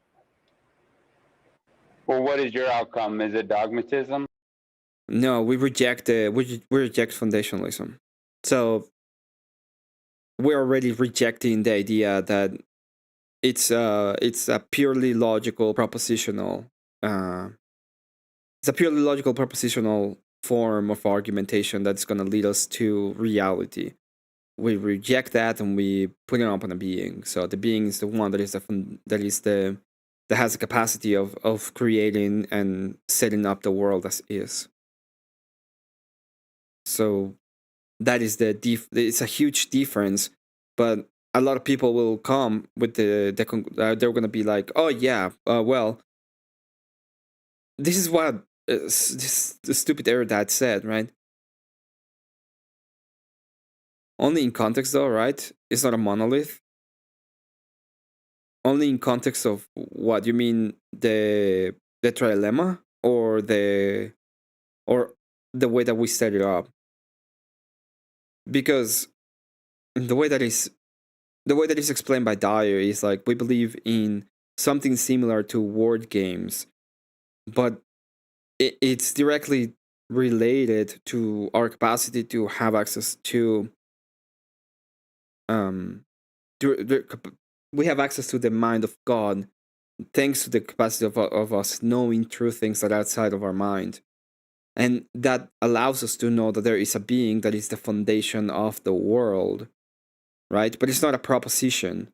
So it's not like I am trying to make a proposition out of God, and that proposition is neither going to be dogmatic nor an infinite regression, nor a nor circular. So the being is not a proposition, so it cannot have, it doesn't fall under those categories. Fallacious or fundamentally true. The trilemma disproves the idea of foundationalism. I thought it applied when you are demanding justificatory certainty in propositional knowledge. True, that's exactly what I'm saying. So when you apply the trilemma, will be usually, the trilemma was created to apply it to the propositional logic when it comes to foundationalism, because the foundationalists say we have these propositions that are the basics of our worldview.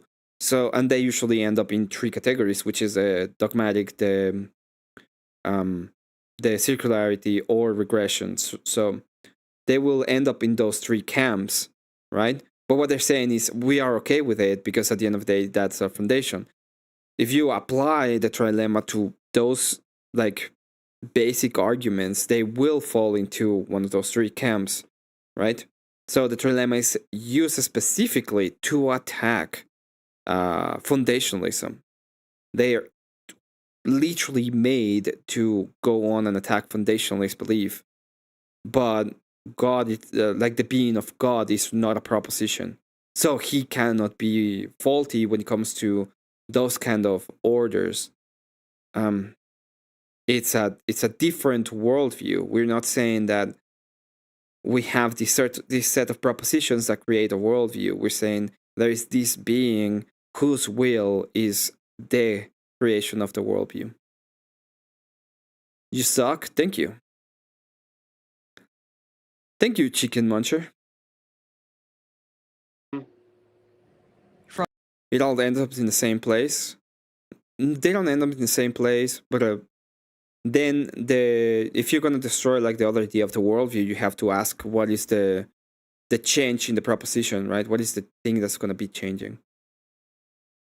So if you're gonna fine, you destroy my argument when Agrippa's trilemma, what is yours? And you're like, oh well, I'm just a dogmatist. Like, oh well, fuck, then your worldview is just as destroyed as mine. Why would I care what you have to say at that point? Which is what Andrew did. Andrew just showed up that she believes in dogmatism. And when he said, well, I'm a dogmatist itself, I'm a dogmatist as well, she was like unwilling to accept that as a proper solution to the argument. From what? What is my outcome from what? Foundationalism. And this is the problem, that he thinks that we are foundationalists, but we aren't. I wonder who Chicken Muncher is. Do you have a reason why I suck? In what capacity? In the capacity of the Munchausen trilemma, the trilemma is either dogmatism, circularity, or regression. And you're saying that it is a fallacy, and I'm asking why is it a fallacy? Good night, Ross. And now you're asking me again. Okay, well, let me ask you this. Sure. Does circular reasoning allow you to reach a logical conclusion? Nope, they don't allow you, but that's not a problem with the argument. That just that is in fact giving credence to it. You guys use too many big words. I need to read more, I guess. This is very simple. I'm not trying to attack it in that way. It's just that foundationalism is just you have a set of propositions that give the worldview the worldview in and of itself are based on them. Logically it's a logical fallacy to use circular reasoning, right? It's a house because it's a house. But why is it a house? Because it's a house. But why? Because it's a house. Dogmatism is supposed to be, well, it's not necessarily a logical fallacy, but it is the same thing. The Bible is true because it says so, and it says so because it's true. Well, it would depend on the the Bible is true dependent upon the church. If it's not in accordance to the church interpretation, it might not be true. The circular reason. It depends on if there's a starting point. I wouldn't say necessarily it does, but maybe necessarily it might need to. No, okay, so circular reasoning would be like a woman is a woman because a woman is a woman. How is that logical? That's What has to have a starting point, though? So when it It's comes a to logical conclusion, though, because a woman is a woman. I understand where you're going with this. Why? For something to be logical, because a woman is a woman, it has to have a start and an end. So it has to start. I understand where you're going with this, Doesn't but have an end. It's like an infinite. It's like an infinite regress. The same thing, and just like that, an infinite regress also has no logical, satisfying conclusion, and also Then it's illogical.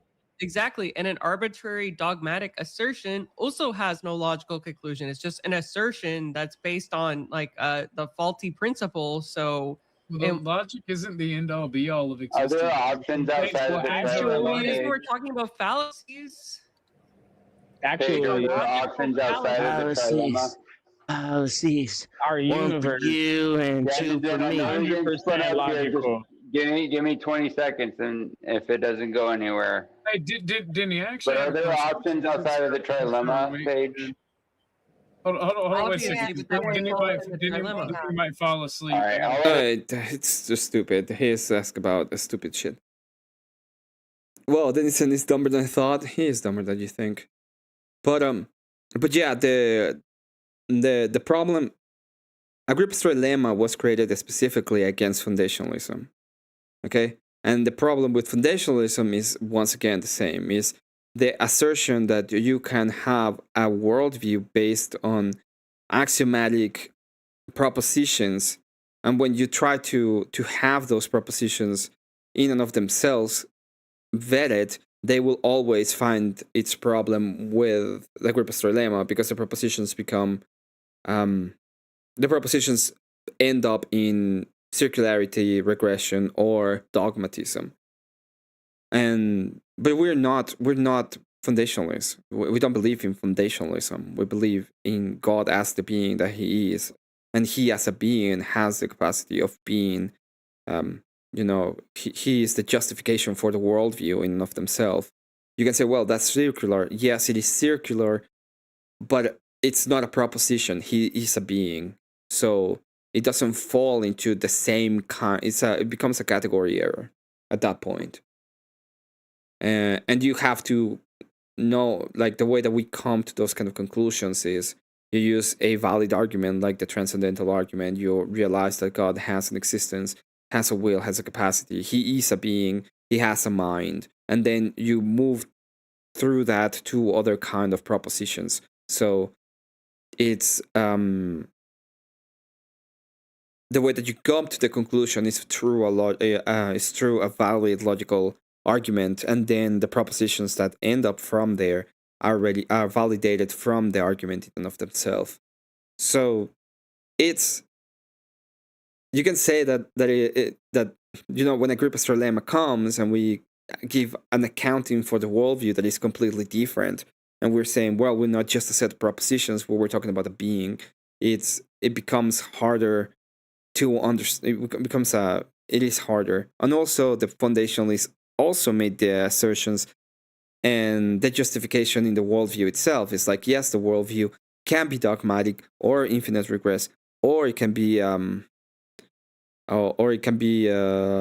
circular, but it doesn't fall into the Agrippa's trilemma because it the worldview in and of itself is not being attacked by the trilemma because you need the worldview in order to even make the propositions. So in the worldview in and of itself, it doesn't follow.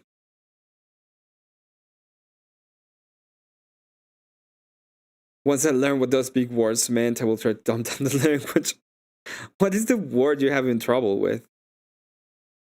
Let it go. I'll let it fucking go. We can go. I can move away from this.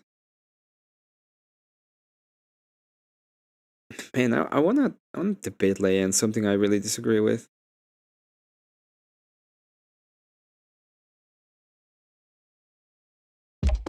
I need 750. Ooh, calm down. About FU money. We've heard a lot about FU money lately. It's like, oh, I'm gonna have all this FU money or something. Gee, shit.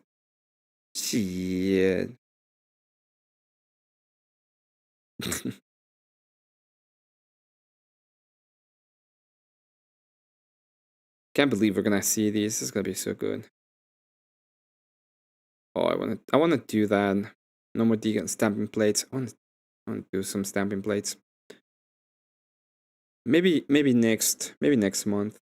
Not this month.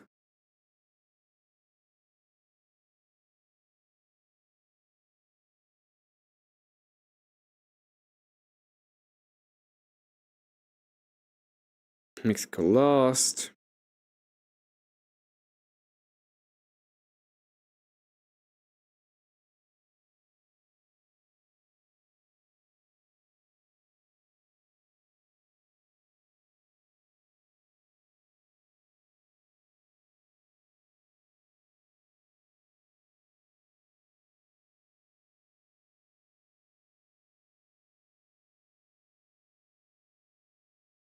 Journey is not a bad word. It is a bad word.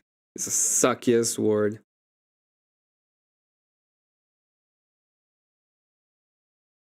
Okay, people, I'm gonna go to bed. I'm tired. Usually go a lot longer. Damn tired. Next week, what are we gonna be doing next week? Okay, next week is gonna be Castlevania. So I'm gonna be playing Castlevania Monday, Tuesday, and Wednesday. Tuesday, I'm gonna start early. We're gonna have I'm gonna have a match, a little bit of a race. I'm gonna be racing Celeste with a friend, so we're gonna be doing that. We're supposed to be racing it with Confluence. So Tuesday we're gonna be doing that. It was gonna be done today, but I fell asleep, and then he fell asleep, and then it was late, and he didn't want to do it anymore. So we're gonna be racing Celeste. After Celeste, I'm gonna be playing Castlevania. We're gonna probably go late because I have to get it. I'm gonna have to finish the game in those 3 streams. So I'm probably gonna do like long streams, just Castlevania, nothing else. If I do it, I get a little bit of money. So hopefully I will do it. We're gonna be playing Castlevania Symphony of the Night Monday, Tuesday, and Wednesday. If things are okay, I'm gonna get a debate on Thursday with Abe Dinkus, which is gonna be really, really cool. This is about being mean on the internet is a good thing. Those are things I have planned. I have nothing else really planned, so it's gonna be just me playing a little bit of it. I don't plan to have any participations outside of my stream and side places that I am. There's a lot of people pretty fucking mad at me, which I don't care for. But yeah, those are the things that I'm gonna be doing. Let me go ahead and send you somewhere so that I know you are all in a cool little area on the internet. You know, I'm gonna play these while I do that. Yo, okay, we're doing it. It's happening. What's up, y'all? Welcome to Show's Over, yo. You made it through the week. That makes you one of the strong. A lot of people didn't make it through the week. Percentage, like there's a percentage of the population. How many people died this week?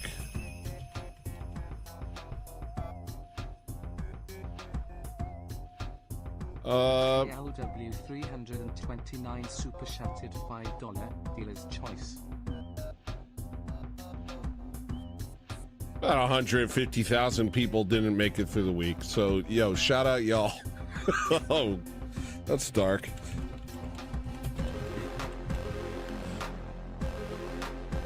It's kind of an Optimus Prime situation. Thank you says it's nice how the grill bounces with the low end. Not only that, but if you notice the lights on the top, they move with the sound. The lights on the sides, they move with the sound. The fireworks, everything. Pretty much everything moves with the sound. It's very nice. How many were born? Good question. How many people born this week?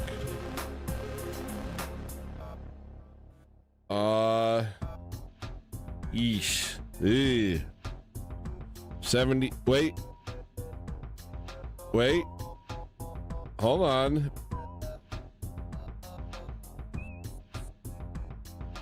Whoa, like a lot more. Like 3 million. Wait, hold on. How many people died? Hold on, let me double check this. How many people died this week?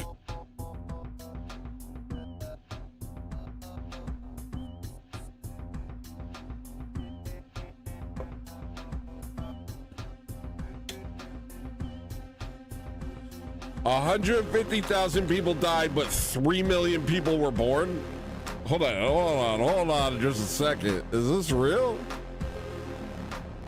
No. Yeah. Hey, not bad, guys. Hey. 3 million people, yo.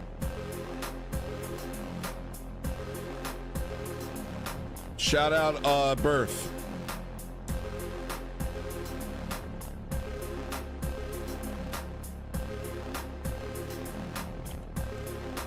Shout out childbirth.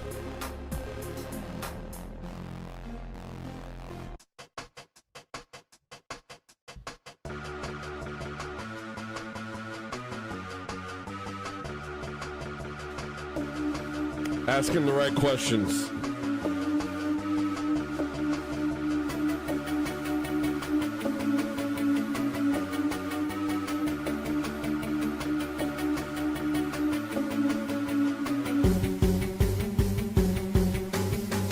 Don't be absurd. Nationalism's not a bad word. Nationalism. So I just double checked. Nationalism. Baby, don't be absurd. In the United States, there's like 58,000 deaths a week, and about 68,000 deaths, 68,000 babies born each week.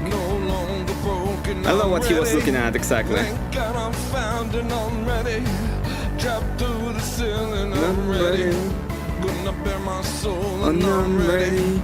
Go toe to toe and I'm ready. Like a midnight show and I'm ready. Burn down the building, I'm done. Play king to the wisdom, let's go to keep dark shadow with my bitches. I'm gonna save this country, gonna save these kids. I'm gonna show these niggas what the white man is. I'm gonna save this country from the lion. I'm gonna deport these Muslims and I'll come for you. We'll scrap the whole damn thing and we'll try it again. And this time you're not allowed in. Baby, don't be absurd. Nationalism's not a bad word. Nationalism. Nationalism. Baby, don't be absurd.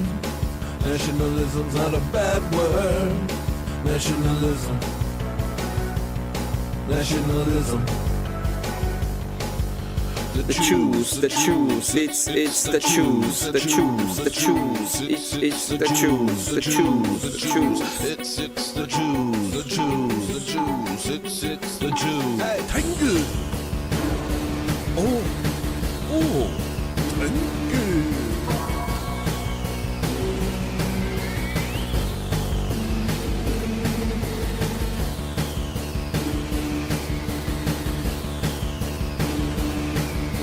Get with it, people. Neo-Byzantium. These Gestapo It's getting way too cozy. These media moguls getting way too nosy. All I ever heard a black man Say say is you owe me. If it wasn't for us, you'd be a cannibal, homie. It's time we start getting the respect we deserve. Instead of giving these people something they didn't earn. These immigrants showing out with a whole lot of nerve. If she was back home, babe, they would have beheaded her. Baby, don't be absurd. Nationalism's not a bad word. Nationalism. Nationalism. Baby, don't be absurd. Nationalism's not a bad word. Nationalism. Nationalism. Did you get banned at Terry X?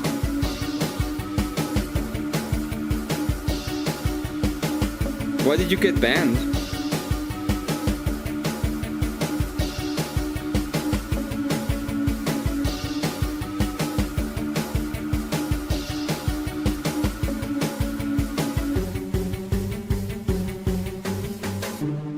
Do you guys like that song? Guess what? I just released that album of that song. Did you just know it?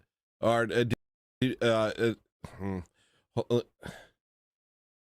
Just released the album, so go ahead and buy the album. Why did you get banned?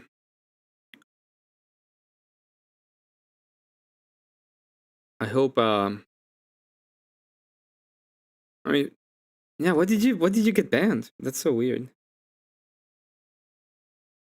I'll go there and I'll ask for them to unban you. I'm just gonna ask them. They'll be like, "Hey, unban this guy. It's a cool guy." Anyway, thank you all for being here. God bless you all.